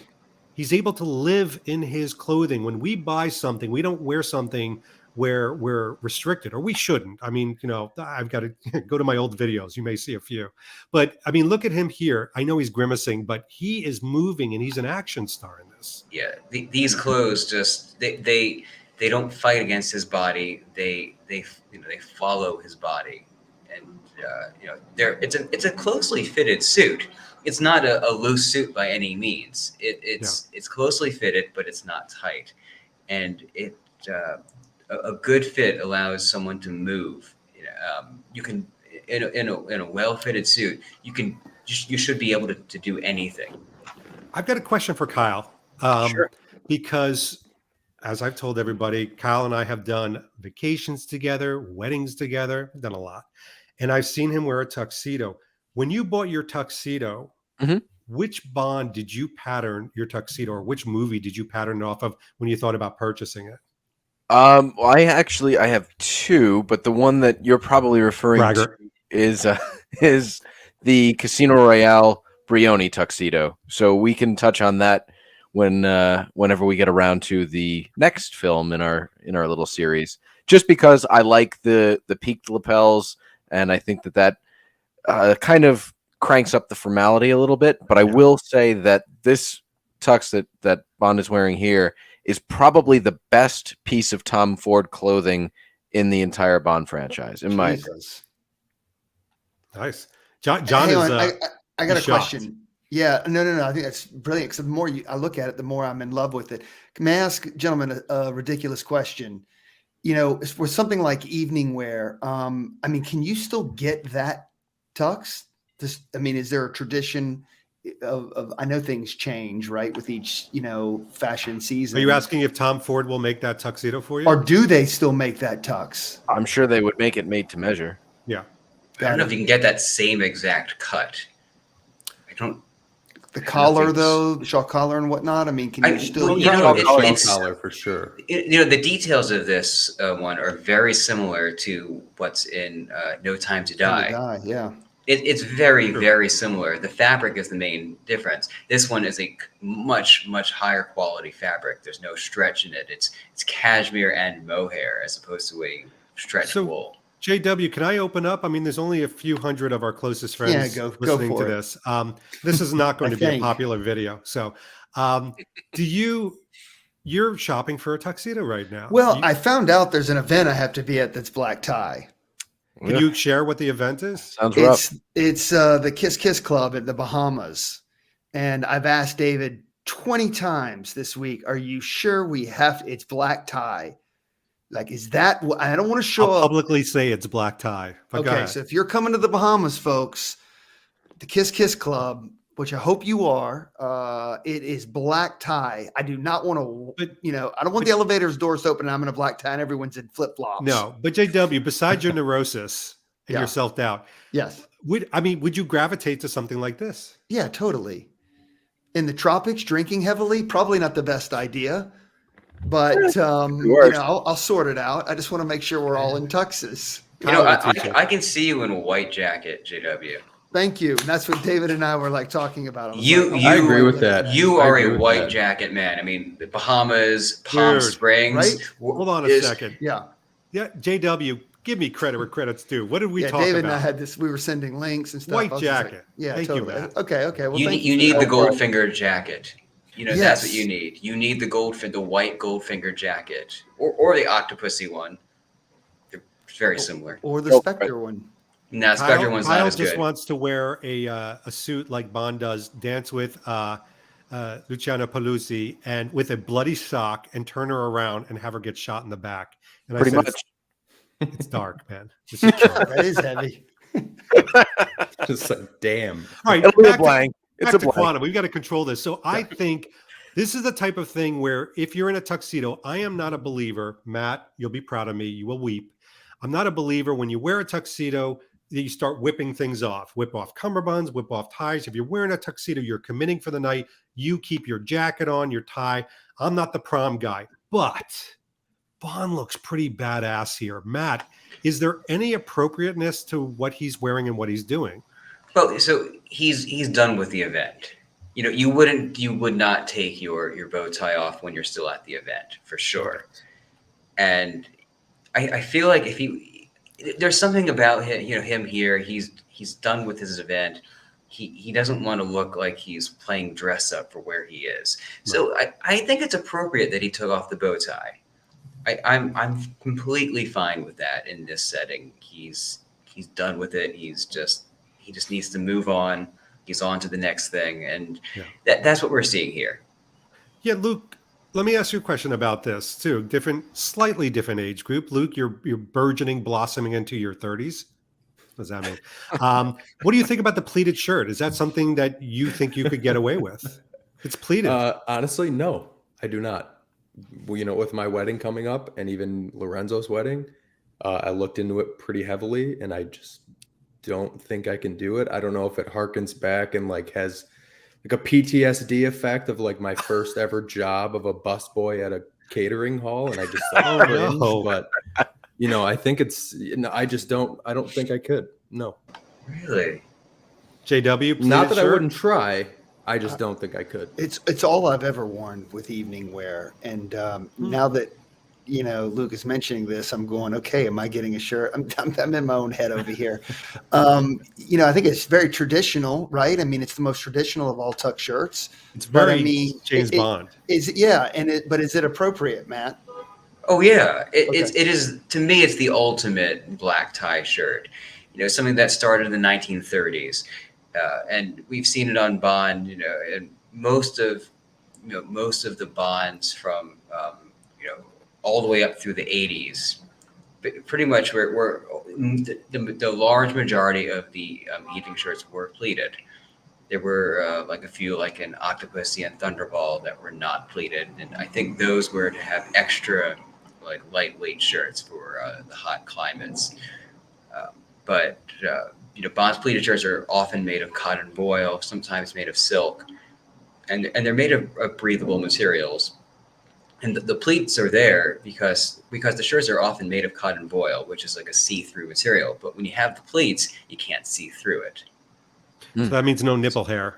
No nipple hairs are poking out. Well, actually, the pleats don't go all the way across the chest. So if your nipples are extra wide. By the way, don't worry about nipple hair on JW in the Bahamas. He is shorn twice a week by a person that comes in and visits. It's beautiful to see. Yeah. And there are videos out there. Ladies and gentlemen, Jesus. I give you possibly and arguably one of the most influential, launching more cardigans than even Mr. Rogers. Kyle, we're going to start with you because you are nodding your head. What on earth? This is the scene that sold a million cardigans. It kind of, like you said, cardigans had been associated with older men until this movie came out. And Bond has always had a bit of an influence on menswear. Otherwise, we wouldn't be here right now. And has brought a lot of older styles back into the mainstream. This is 100% one of them. And everybody started making a black or a navy blue cardigan after this film, and we all bought them. And by the way, to your point, Kyle, the chat room, because I can see the speed to which people comment, has never gone this fast. I mean, everybody gravitated to this. I remember seeing the movie. Hell, I remember even seeing making of, and I went out and I bought at least 3 lookalikes before I finally found out what was the right one. And the right one is an investment. I mean, even today, it's expensive. Luke, I mean, did you gravitate to this? You're a cosmopolitan individual. Of course I did. Yeah, 100%. I was wearing this to work like every day. People were like, dude, it's June.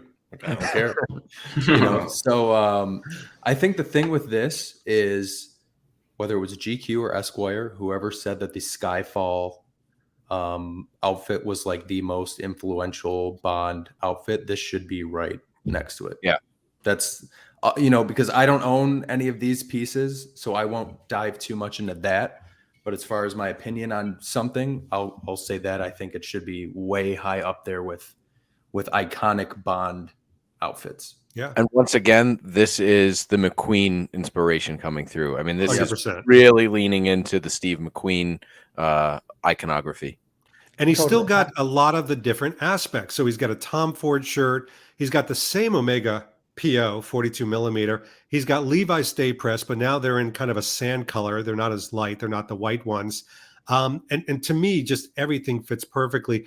JW, I don't mean to pull you out of your tuxedo thoughts. I know you want to be alone for a little while, but I mean, in California, can you jive with this? Oh yeah. I mean, in sharp contrast to Florida, California is the desert. When the sun goes down, it gets chilly.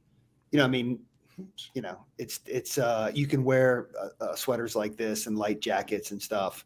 So, it's funny because I was talking to birthday boy Logan Morford earlier, and he said something. He said that this sweater, this outfit for our generation, like defined upscale casual. Oh, and yes. We all, when he said those words, I went, I'm going to steal that for the show. And he's spot on. It really is like, I mean, you can wear this to work or you can wear this out at night, right? Yes. It almost defined our generation, not in age, but as in Bond fans. I mean, this look is really what made us all get online, discover the Bond experience, the Bond lifestyle. Yep. I mean, it'll go on forever. And I love that Daniel is still continuing to make, variations And of it, it's funny you say that too, because Matt, I want to hear from you in a second. But before we do, one of the things that I've noticed is this was a film where clearly I think it influenced Daniel Craig as opposed to Daniel Craig influencing the styles of a film, which we've talked a lot about. But Matt, you don't wear suits all the time. You wear a lot of different things. We've even seen you in shorts. What a sight to see. Oh, there's a plane landing in your backyard. Yeah, we got the planes coming right down on Park Avenue. There are literally sirens outside your window. Let me spotlight. He'll make more when he sells us out. So,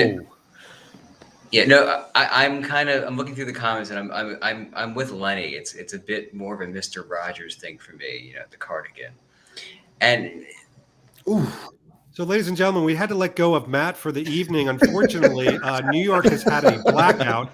This happens from time to time when it's really hot. No. So Poor Matt. I've never really gravitated towards cardigans for myself. I do love how it looks on Daniel Craig in this scene. I think it looks spectacular on him. I just haven't been able to get myself to wear it. So if I bought you a cardigan, you wouldn't wear that cardigan? Oh, I'd probably wear it. If you got it for me, then I'd probably wear it. I just don't see myself going out and getting one. That's fair. I have one. I have an NPL sort of cardigan blazer type of thing, and I wear it sometimes because it's a really nice piece, but I still don't feel like it's me. Listen, I get it. Tosca's not for everyone. See, the interesting thing about this is when he wore the cardigan in Casino Royale, I was like, he looks fantastic in that. And then fast forward to Quantum, another Mathis scene. He's got this cardigan, looks fantastic. But one of the things that after seeing this only like 2 months later, Curious Case of Benjamin Button came out, and Brad Pitt is wearing a green cardigan with like a white t-shirt and similar color pants. And now all of a sudden you're seeing all these leading men looking exquisite in cardigans. It kind of like created a movement almost. You know what I mean? So I think there's like a trend there. It did. And it did it again in a few years with the turtleneck. Bond brought back the turtleneck with Spectre. Look, it's undeniable to Kyle and Luke's point that Bond is a trendsetter. Always has been, though. I mean, that's nothing new. In the 60s, he did it, and every decade. I will say in this case, every men's label wound up having cardigans, and many still do. Mm-hmm. And even Tom Ford still offers some alternative version. It's changed slightly. It's gotten a little slimmer, but every season, I mean, during even the summer, they have this. And Peel, when they were doing their lookbooks on their Kensington cardigans, they had this cardigan right up there. And it's a source of inspiration, I think, for everyone. I will say, too, a couple people were asking, are there pockets, et cetera? Yes, there are pockets. It's a different feel. It's chunky.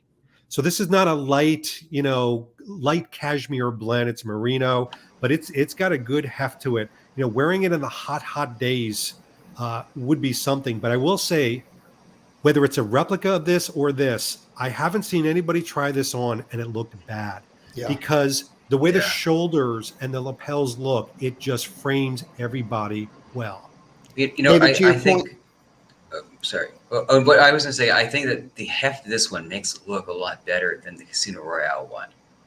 I think this one has a lot more body. It just looks, it has more presence. It looks like it has much more purpose. Yeah. Casino Royale one to me, where it's similar in many ways, but it just doesn't.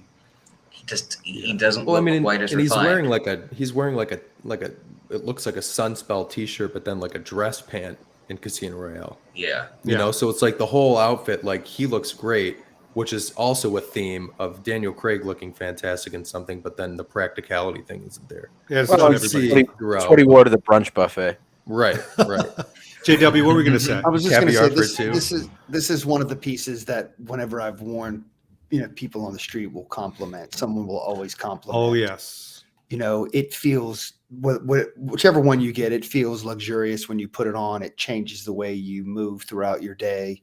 And it is the one that, a piece that gets complimented all the time. And real quick, look how freaking awesome that shot is. Look at that. Yeah. Again, the framing, the light, the clothes, the background, just forced. I mean that the colors. Come on, man. Look at the colors here. They get the colors right. I bet you Mark Forrester's a really interesting man in person for anybody that know him. I bet. Earth, air, fire, and water.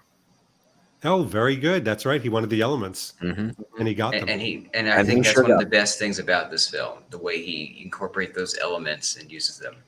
Matt, we need you. You're back, and you're better than ever. What do we got here? We have another mohair suit, a mohair Tom Ford suit. This one is brown, a brown suit with a kind of like a light brown tie and a white shirt, the black shoes from churches. And this suit seems to be one of the most popular from the film. It's my favorite. I think it's Kyle. Why? Because I'll be frank with you guys. This is not my favorite. I like it in the movie, but I don't see myself plunking down shekels for it. I think it's a tie for me. I like it because it's a little bit different than the rest of them. It's a lot of the very dark blue, very dark gray suits kind of look, and it is totally a function of the filters and the cameras, but they look a little flat. This one has some depth to it. It has some visual interest to it that the other ones do not.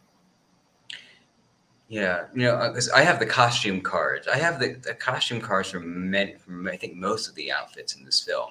You can really see that the pattern of it. It's like it's a two-tone suit, like many mohair suits are, and it just has a lot of vibrancy to it.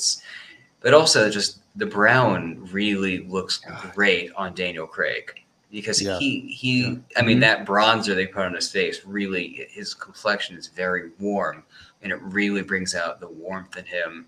I think this is the most flattering suit on him in the film. To wit, it should be a cream shirt. A cream shirt, yeah. I think a cream shirt, though, the problem with the cream shirt is they look a little old-fashioned. Yeah. And I think that's probably why they wanted very modern. The white shirts look a lot more modern. JW and Luke, I want to get your opinion on the Browns. Kyle and Matt have a yes. David has a maybe if I was given it like free. But JW, what do you think about this brown suit? I never realized that it was brown. As a self-proclaimed desert rat, I love the fact that he's in the desert wearing a brown suit. I think that's kind of cool. I love the tone. Yeah, I'm seeing this for the first time, so I'm a little in awe. I think he looks great. The thing that always blows my mind, though, is having had on occasion 6 martinis and been on a very long flight, not at the same time, to look that good and polished coming off of a flight and having that many drinks. I'm always amazed. That's James Bond or Kyle. Yeah, I know. It's not a criticize. I mean, I've always tried for that. It never worked. Or Kyle. Well, there's something about, so the brown doesn't look particularly brown on screen. True. And I think that really worked to the benefit of the film. But because it doesn't, we're not thinking about Bond in a brown suit, which could have the wrong connotations. I mean, Bond has worn many brown suits throughout the series, Connery and Moore wore plenty, but it blends in with the scenery, and it's a subtle brown. So I think it has like just the right look for Bond.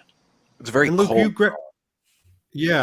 And Luke, you gravitate to kind of different looks and different colors. Does this grab you? Oh yeah. I mean, and once again, to JW's probably first point, once again, very calculated with the color scheme of where he is. They're all wearing some sort of tan and brown. It's just, it just makes a lot of sense. And once again, this picture shows it the best. It's a beautiful color. It really is. And somebody said this. It's a very interesting point that one pair of sunglasses for the entire film, not 15. Thank God. Yes, exactly. But they were limited release, and have become very, very difficult to find. Yeah. Later, the subsequent Craig films, at least, if you want to buy the sunglasses, you can. True. Yeah. What are these going for, like $1,200 now or Oh, something? something absurd. I've seen them for over 2,000 if they're brand new. Insanity. All right. So teachers on sabbatical, they've made good on it. By the way, I show this because even the legs, I mean, I've been showing a lot of shots. Whose legs? Strawberry Mathis. Fields, of course. Mathis, looking sexy as ever. How about that guy on the left with those really jagged leg line? Yeah, that looks more like he stole somebody's pants. Now.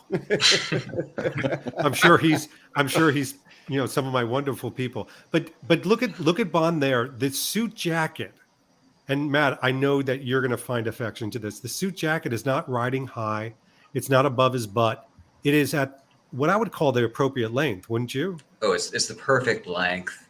I think the fit is sort of spot on. I love the leg line of the trousers. It's a trim but straight leg. It's kind of the leg is similar to what George Lazenby wore as Bond.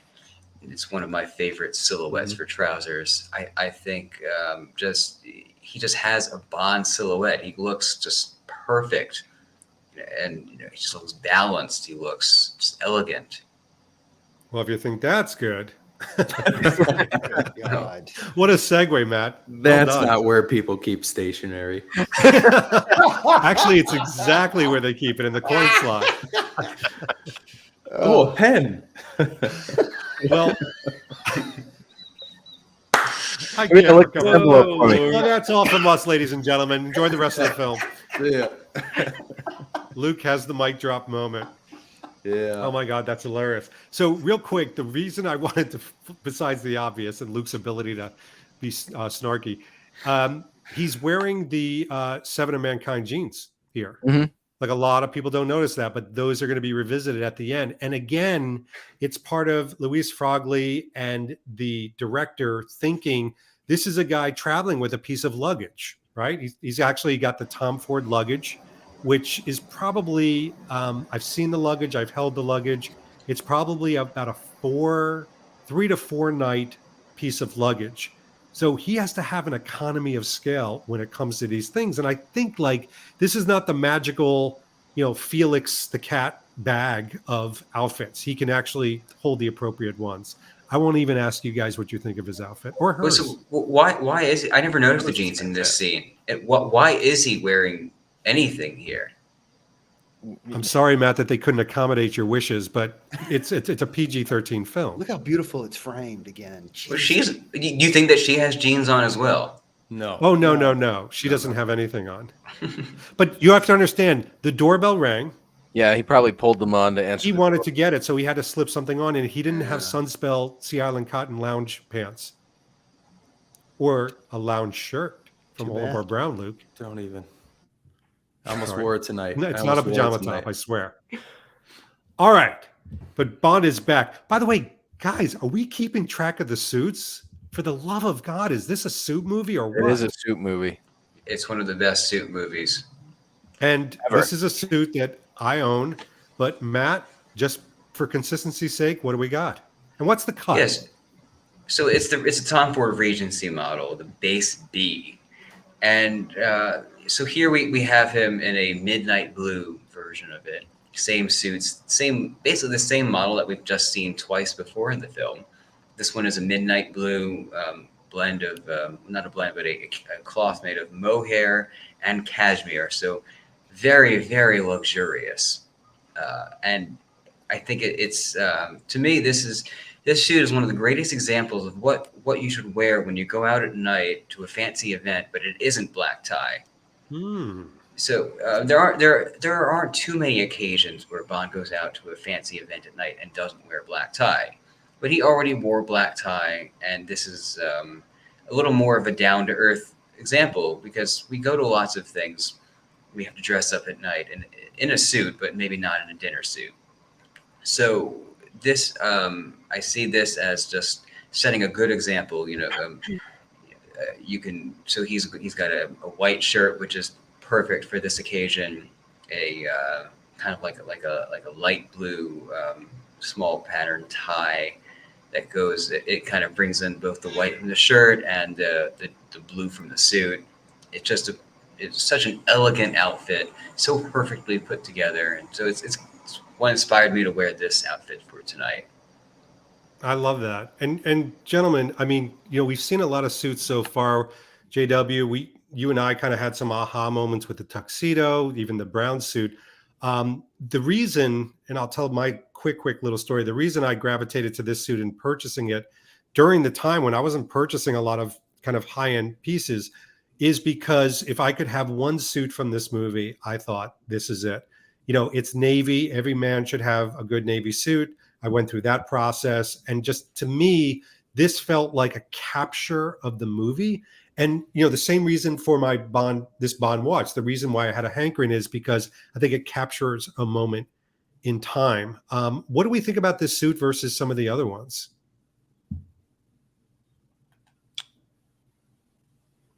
Who's answering? Anyone? I can't. Why is this not a black tie affair, Matt? I can't stop thinking about that. No, Like, it's this not. should be a black tie affair. And for Bond, it This is would upsetting. generally be, but we already had a black tie moment. Yeah, I totally. But you're right. But also I think it shows something that's a little more down to earth. I mean, how many evening events do you go to where you have to wear something nice, but it's not black tie? Yeah. Like when I go out to, like, say, the opera, there are, if I go to opening night at the opera, sure, that's black tie. Any other occasion, sure, I see a few people in black tie, but it's most people are wearing suits. Got it. And this is something that I could wear to that. It's the most dressed up you can be without wearing black tie. By the way, just to interrupt real quick, it's somebody's. I don't know if it's somebody's background. It's not yours, Matt. Luke, is it yours? I hear sirens going on. Yeah, something's here. I gotta go check it out. I think it might be I don't know who it is. Bolivian government, maybe? Is it the Bolivian government? Oh my gosh. Ladies and gentlemen, this is terrible. Let's see what's going on here. I may have to hold on a second. We're going to take a slight pause here. Something is.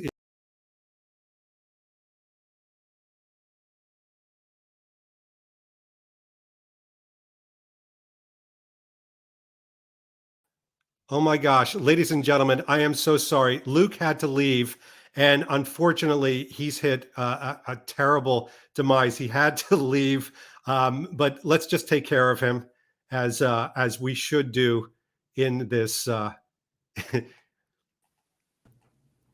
in the vein of the movie. Sorry, Luke. Make sure you steal his wallet first. Oh, I did. I constantly do that. So, ladies and gentlemen, Luke had to leave early. He's got a business dinner, and we're Bond fans and we're geeks. So he told me about this earlier today, and I said, "Look, I can't just have you leave. All right, that would be really weird. So we got to think of some creative way for you to leave. So it's like, what if we just have a quick little Photoshop of me holding you like a dead body, and you were killed by the Bolivian police, and I threw you in a dumpster." So is that how you treat your friends? Well, actually, honestly, that is how I treat my friends. I think he would like it that way. You wouldn't care. He wouldn't care. He wouldn't care. Anyway, let's continue. A fond farewell. Oh gosh, what are we doing? I think we've reached the point where this live stream has gone on longer than the duration of Quantum of Solace. I just want to point that out. By the way, has it? Yeah. But is it more entertaining to some people? Well, we're getting to the Better best edited. part of any Bond clothing ever worn ever, right? I mean, sorry. No, but you're right. So coming. here's that suit again. It's about to see a little bit of action. I wanted to show this image because we really haven't seen the way. And again, this is a style. It's a style happy hour, folks. Oh, yeah. You knew what you were getting in for. Matt, look at the back. How the back fits. Yeah, it fits cleanly. I mean, he's obviously not standing straight, so you can't judge it perfectly. But we can see it has a clean fit. Those shoulders, it's a pagoda shoulder basically, which a pagoda shoulder, so it kind of has it's a bit concave.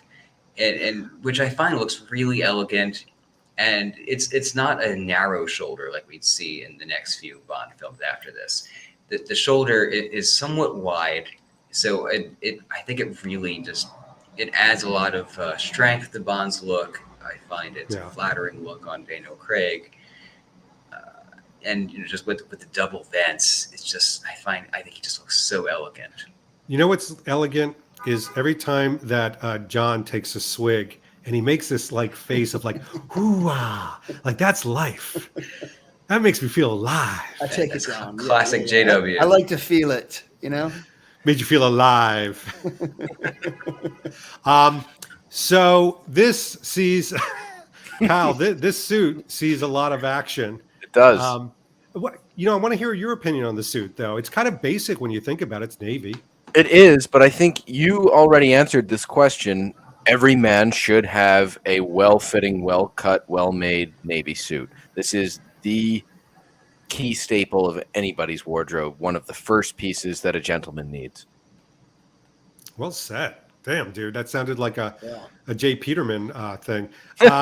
And by the way, I like about this, F sizes. I like that this is a Bond movie that's not afraid to show Bond have blood on him, but also he's still. I mean, it's not red wine. It's a fine Pinot Noir. Mouton Rothschild is a claret.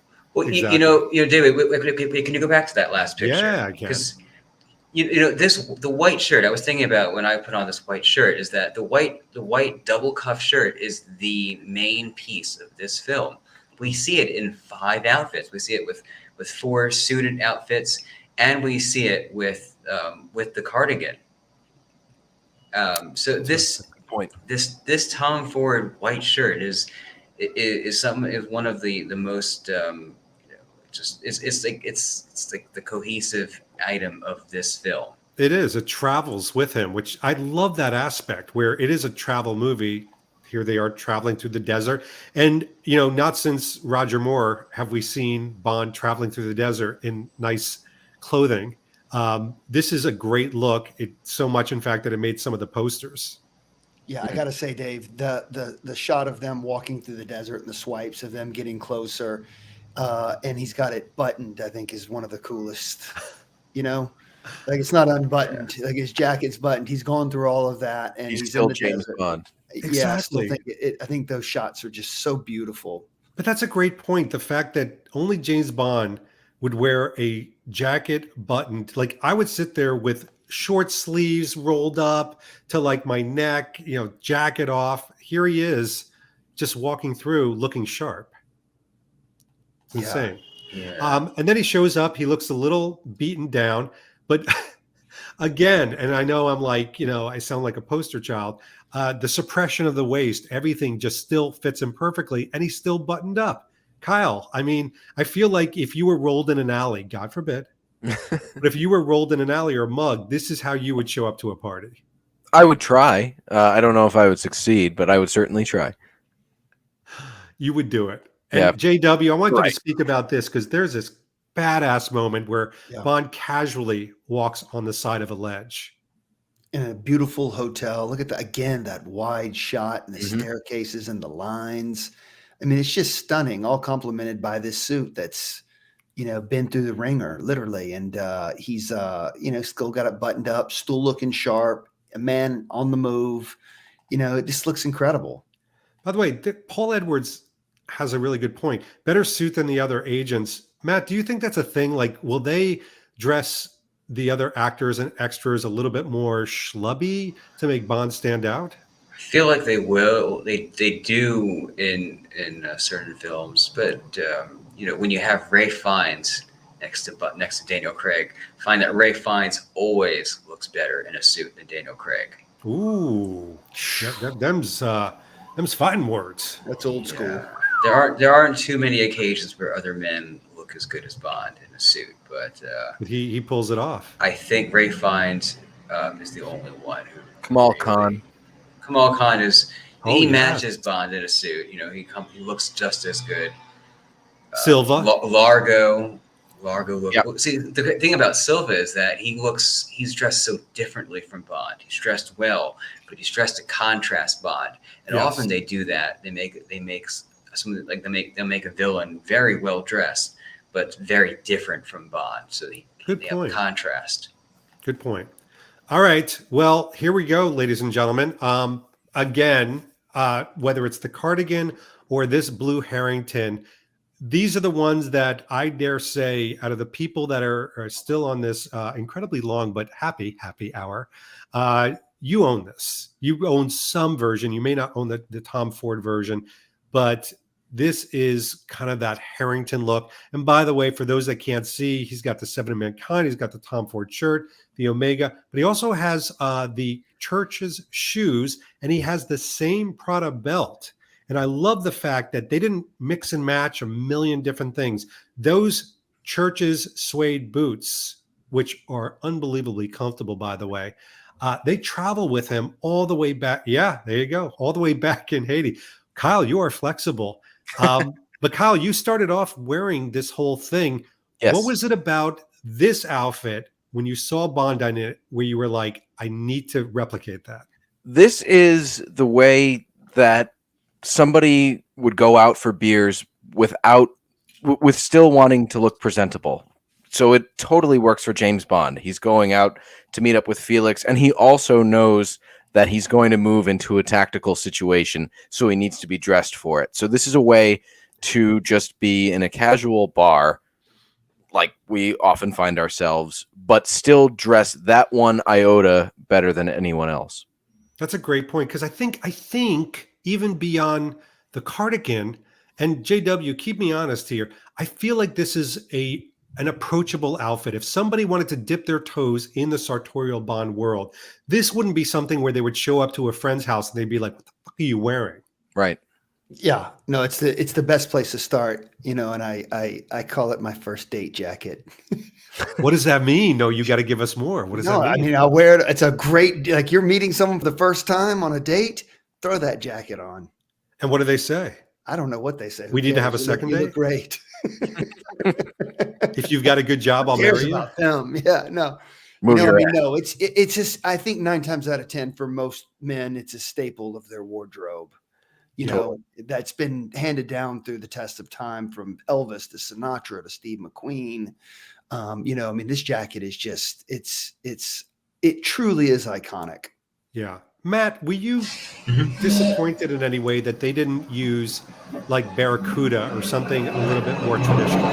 Yeah, I think the Barracuda would have been a better choice. I think that Jeannie Tamim would have used the Barracuda in this setting, because she brought so many great British brands to Bond. That would have been something that I bet Jeannie Tamim would have done.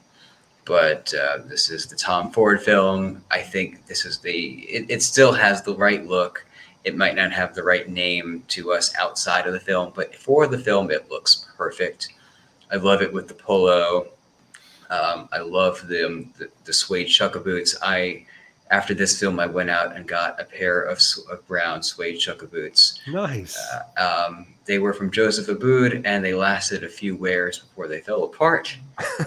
They were on sale, but then I went out and got some British chukka boots. I can't wear Churches. Their fits do not work for me, unfortunately. Is it too narrow? Too wide. Oh, really? I have a very narrow foot. So the Church, I've tried on these boots. I've tried on other Churches, chukkas. None of them. Their fits don't work for my feet, unfortunately. They are beautiful and they are perfect in this scene. But I had to go with a different British alternative, which I've been very happy with the past 12 or so years, 13 years that I've had them. The only thing that I don't like about this is the blue jeans. For me, Bond is not a blue jeans guy. I'm not a blue jeans guy because I've never thought Bond was a blue jeans guy. He looks more like Steve McQueen here. I mean, even Roger Moore wore jeans. Well, not really. What do you think in Live and Let Die? No, they're not denim. What are they? Some light blue cotton. That is, they're like jeans, but they're not blue jeans like that. This. Looks like a Tennessee tuxedo. I think That's he's the what that greatest looks Roger like. Moore's ever looked. He's not quite. He didn't go all the way Jay Leno. Okay. That's perfect. And by the way, Kyle, I thought of you when I was putting these pictures together because I do know you like Commando Bond, I even do. when Tim Dalton does it. And what I love about this, and by the way, that's the jeans that Matt loves so much. You get a good look at the bottom of the Chukka boots. I swear by them. But Me too. he's got the thing pulled all the way up into Commando Bond. What do you think? He does. And like I said, this is kind of like the tactical look that I really like in Bond. Fleming's Bond did wear jeans when he went into battle situations. So I think that that's kind of, I don't know if that was on their minds while they were shooting these scenes and costuming Daniel Craig for these scenes, but it is something that comes from Fleming. And just in my own personal wardrobe, this is the film that introduced me to Seven for All Mankind jeans. And now I have 6 or 7 pairs. I love them. I think they're great. They're one of the few things in this film that are not made by Tom Ford and that are a little bit more accessible to the everyday consumer. JW, you loving the exposition of this shot? Yeah, I don't know if there's a shot right after this that you're going to show us, the iconic one. Okay, there's that. Yeah, but the one him holding the gun. Do you have that one? I don't. I was okay. too You know what iconic. I'm talking about. Yeah, I mean, I just think this look and that one particular shot is the absolute pinnacle, apex moment of any male actor, action star ever. I mean, he everything about the shot of him holding the gun, the hair, the jacket, the fit, the polo, that against the desert landscape. I mean, it's the coolest thing I've ever seen, with the exception of maybe like the Elvis '68 comeback special. You know what I mean? Like, I mean, the leather jumpsuit, like that's the coolest thing you've ever seen in your life, right? But this look on Daniel, I think, is the greatest male action. I'm repeating myself. But but you're right, and I'll tell you, that's why we're all here. It's lit up because everybody's saying that Justin Bailey says that outfit sums up Craig's Bond more than any other, and Dean Dunleavy says it pretty well too, incredibly well. That shot defines rugged sex appeal. I mean, he's badass Bond, and look at it, he's still wanting more. He's like, bring it on. Yeah. Which, by the way, even this scene, and yes, I understand that's a lot of bronzer now that everybody knows that he used bronzer. That is a dark Daniel Craig. What I loved about this is, from a style standpoint, it's not this, and I love Roger Moore films, so this is not to take the mickey out of him, but it's not this ending scene where, he's betting and, MI6 is calling him and he's like, I'm just re-entering, Bolivia. It's different, and it's still this very iconic scene. He's still got the lapel popped up and everything. I mean, that's just, I don't know, brings it home to me. But, ladies and gentlemen, I told you if you stayed long enough, you might have a little surprise, and we really haven't lost any viewers, which is crazy after, Kyle, you're right, this is longer than the actual movie. We've got this last scene, which we have to talk about, and then we've got a bonus. So please, I beg of you, just a couple more minutes. Not that I need to beg. You all seem to be enjoying this. Folks, we've got an amazing, iconic outfit here, and we've got that Tom Ford, Kazan, amazing coat. Let's go, starting with Matt. Matt, what do you think of this outfit? So this coat is basically a greatcoat style of coat. It's a military style called a greatcoat, which is a certain type of double-breasted coat that can button all the way up. It's not quite a traditional greatcoat, but it's close enough. Greatcoat it is. It is, and I think it looks perfect for the scene. I mean, he's in a cold place. The coat is heavy. It's long. It's just the perfect coat he needs to keep him warm. But it also it looks dramatic, and I think he just looks perfect in this shot. The only thing I've been wondering is what suit is underneath this coat. Ooh. We never get a good look at we can see some of the trousers outside. Like, it looks like it could be the same suit that he wears in London, but we don't know. Like, no one's ever spoken about this suit, have they, David? I've never heard anybody talk about it. No, they've talked about the tie a lot, because that's really, the tie and the coat are the only things that really stand out. But there is a suit under there.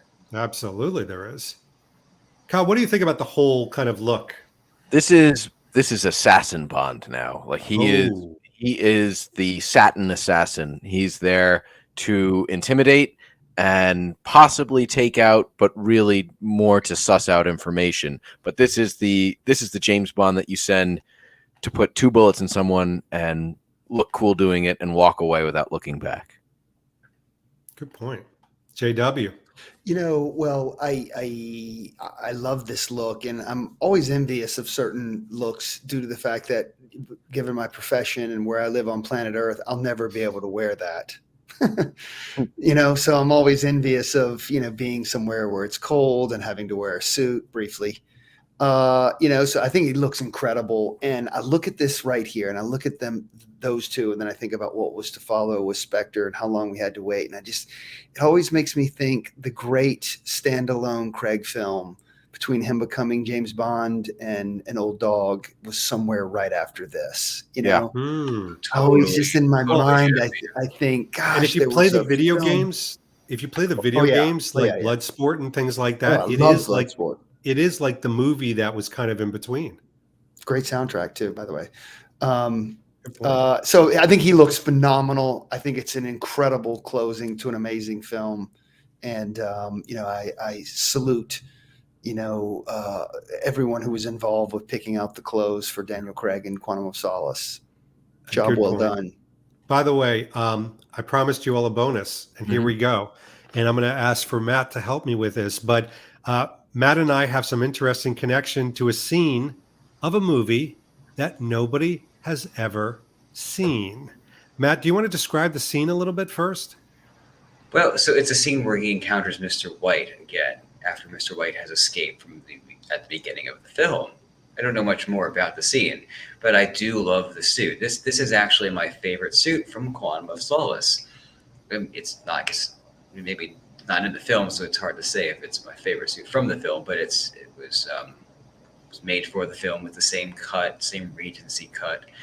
And I love the gray of the suit. It's the perfect shade of gray. And I love the gray tie with it. It's something, we have seen this kind of look with a gray suit and gray tie on Bond on a few other occasions, but it just looks so classic Bond. And the gray suit, unlike all the dark suits in the film, this one really looks good on him. He looks so much younger and healthier within this color. So the scene that was filmed, and I agree, Matt, the scene that was filmed was, it wasn't going to end with him dropping the necklace in the snow. The next scene is he runs into Guy Haines, who they talk about and they actually show in the Tosca scene, and he assassinates Guy Haines as one of the quantum agents. And then the very next scene, he connects to Mr. White here. And sure enough, Mr. White thinks he's got the pull on him, and he holds a gun, and Bond's quicker. So it's almost like a quick draw. And Bond shoots Mr. White, and Mr. White dies. So we wouldn't have had him in Spectre, which is kind of interesting. It would have changed the trajectory of the entire Daniel Craig arc. Everything would have been different. Everything. I think this would have been a good choice if they left this in. I think that would have been, and you can actually see shades of this in one of the video games. What I wanted to show everybody was I own the Mr. White suit that you actually see. His suit, screen used, I purchased from somebody that worked on the film, and I wore it to the Quantum of Solace premiere. Nice. When I wore it, I didn't know whose it was, and then I got a call from the person and said, check the label. And so in my closet downstairs, I have Mr. White's suit from that scene right there. Super cool. Nice. And I was able to wear it with my beautiful wife and attend the Quantum of Solace premiere. Awesome. Now, this has been a Amazing. trajectory. I mean, we've talked a little bit about, some of the unsung heroes of Quantum of Solace. We don't talk a lot about the Chukkas, but they're amazing. Obviously, the watch, big thumbs up. The Prada belt, when you could find it, if you can find it, is something that I think is very classic. And of course, Kyle talked about the sunglasses. So the accessories, I think, of this movie, I mean, what do you guys think about the accessories and we talked about the big items, but Kyle, the parts and pieces are just as interesting, I think. They're home runs, every single one of them. They all look good together, and they look good with all of the clothing that he wears in the film. Matt, what do you think? Accessories? Yeah, I mean, well, those boots, as I said before, I love the boots. I think brown suede chukkas, you can't go wrong with those. They're just, I think, just one of the ultimate casual shoes. Can you still get those? Yep. Oh, yeah, you have to Find still them like from those. churches. Yeah. You tempted, JW? I think so. I think it's a good looking boot. Check out You can wear those anywhere. Check out mine. Check out where, guys? Farfetch. Okay. JW, Yeah. what do you think about the accessories? I think it all comes together. I mean, I think it's cohesive. I think everything was put together beautifully, and it works. Yeah. It works beyond anything.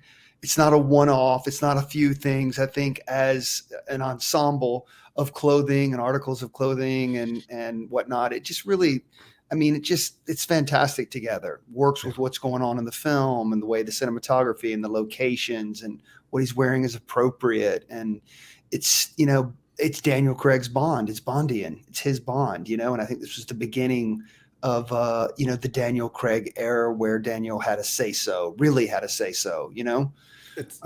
Bondian is a really good description because I think that is what look. We've been talking nearly 2 hours for an hour and 46-minute film about the style in and of itself, not even the plot. We didn't talk about the bad guys or the Bond girls or anything like that.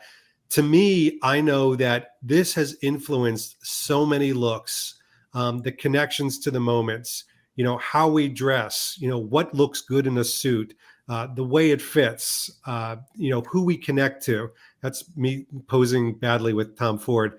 And yeah, there's me with a coat that I regret selling, but I actually bought that coat at great expense and then just felt it like it didn't really fit me and realized, I'm supposed to get something like this tailored. So gentlemen and people obviously in the chat, we've taken a pretty long journey. I'd like to do something. And Kyle, we're going to start with you. You're a good orator. So could you tell me if, and this is the tough one, and I always pull these games on people, if somebody saw this video and said, something, I'm feeling generous, Elon Musk didn't buy Twitter, maybe he's got a lot of money and can treat us. I feel generous. Kyle, you can have one look from this film to own in your closet. Which look and why? That's a really tough call because I love the style of this film. But I think I would have to go with the brown suit just because it's so unlike anything else that I already own. And it would fill, I don't know if it's a niche that I need to fill, but it would fill a void in my wardrobe. I don't really have anything like it. So, and I think it looks great on him. And I'd love to see if I could pull it off half as well as Bond can. I love it. That's a good pick. JW. I would love the original Tom Ford Harrington. Mm. If I could have anything, I would take that. I Nice. think. Yeah. I mean, I was going to say the brown suit too. Like I'm blown away by that. You know what? Screw that. I'm going to get the tuxedo so I can. I was going to say, how could you not get the tuxedo? This with the diamond bow tie, which I'm really thinking about. I'm digging that. Yeah, I love that whole outfit. Yeah, he really looks good in that. I mean, not to take away from the awesomeness that is the color of the Spectre tuxedo, which is phenomenal, Dave. I know you own it. But that black tux is really, really doing it for me. I love it too. Matt, would you do the tuxedo? Is that what you're saying? No, I would probably go for the midnight blue suit with, the kind of look that I have on right now. I love that it's a cashmere mohair blend. It's just such a luxurious suit, and the cut I love.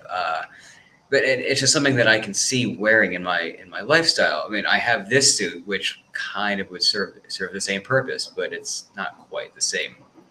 Yeah, good points, guys. David, here's the good news. Yeah, David, can we go off script for 1 second? There's something I'm dying to do, and I think you'll enjoy this. Yeah, I'll stop the whole podcast. Let me go 2 seconds. Yeah, of course. I'm really enjoying looking at the chat on this.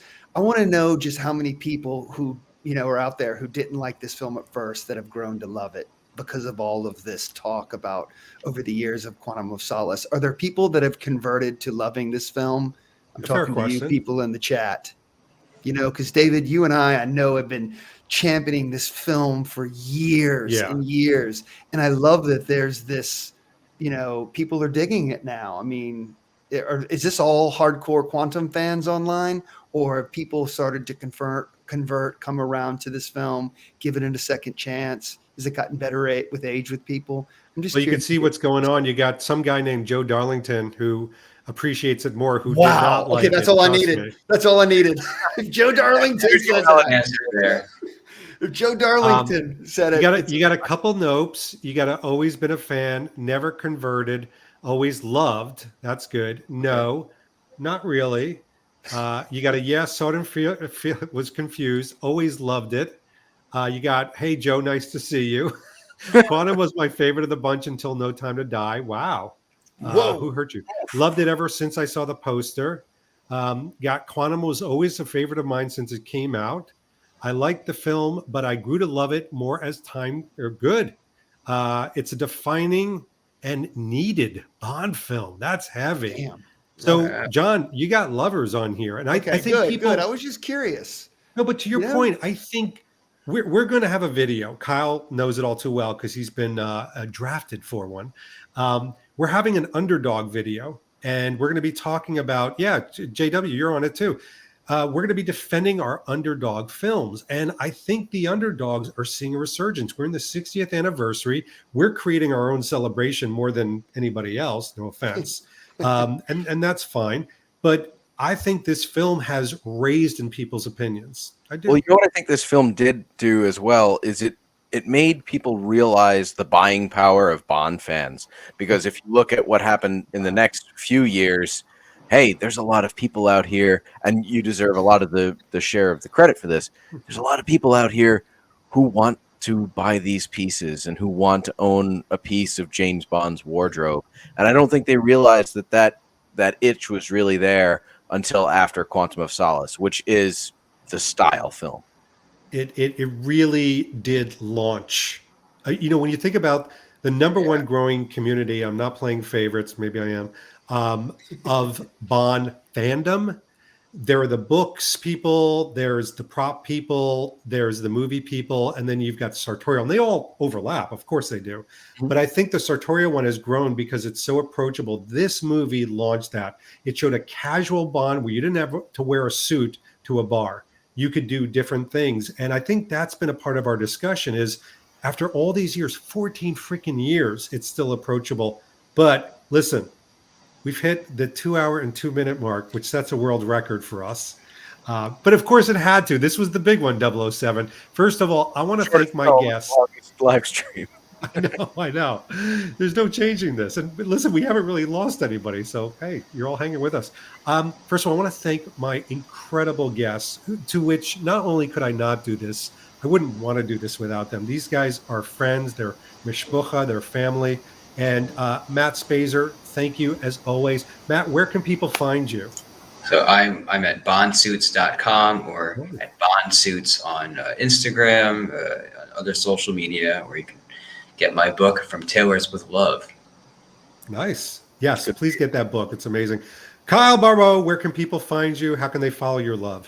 So I am on Instagram at Easy Smiles and Expensive Watches. Come on and hang out, and don't send me any weird DMs, but I will answer them and talk to you. Wow. And what is your Tinder handle? Eyebrow raise at rogermoore.com? Yeah, something like that. What was it? A View to a Kyle? That is awesome. Come on, Kyle, please do something. You got to change it, Kyle. That is. Don't make me go to Redbubble and get a T-shirt of that. Don't make me. I like it. JW, where can people find you? You can find me in Palm Springs. If you ever come here, look me up. We'll go out for drinks and look up at the Elrod house. Wait a minute. Hold on. I'm going to call this guy to task publicly and live, because I have got, every time you're on a show, people are like, more JW, this guy's the shit. I hear rumor and discussion that maybe you'll pick up the music of Bond, maybe on multiple channels, different channels. Yes. Yeah. Is that a possibility? Can we get that? Yes. Tom Sears called me and said, I want you and Chris to continue doing the music shows because I want to hear them. So that's in He's the a good- works. Yeah, He's a good man. that is in the works. So, but no, thank you for having us on, David. This is always a pleasure. Thank you guys for being in my life. You know, Wow, heavy stuff. how's that for emotional? It's pretty emotional. We're glad to have you here, JW. Absolutely. Love you guys. Well, listen, Matt's got a siren outside. That could only mean one thing. Bolivian police are showing up, and you saw what happened to Luke. Poor Luke.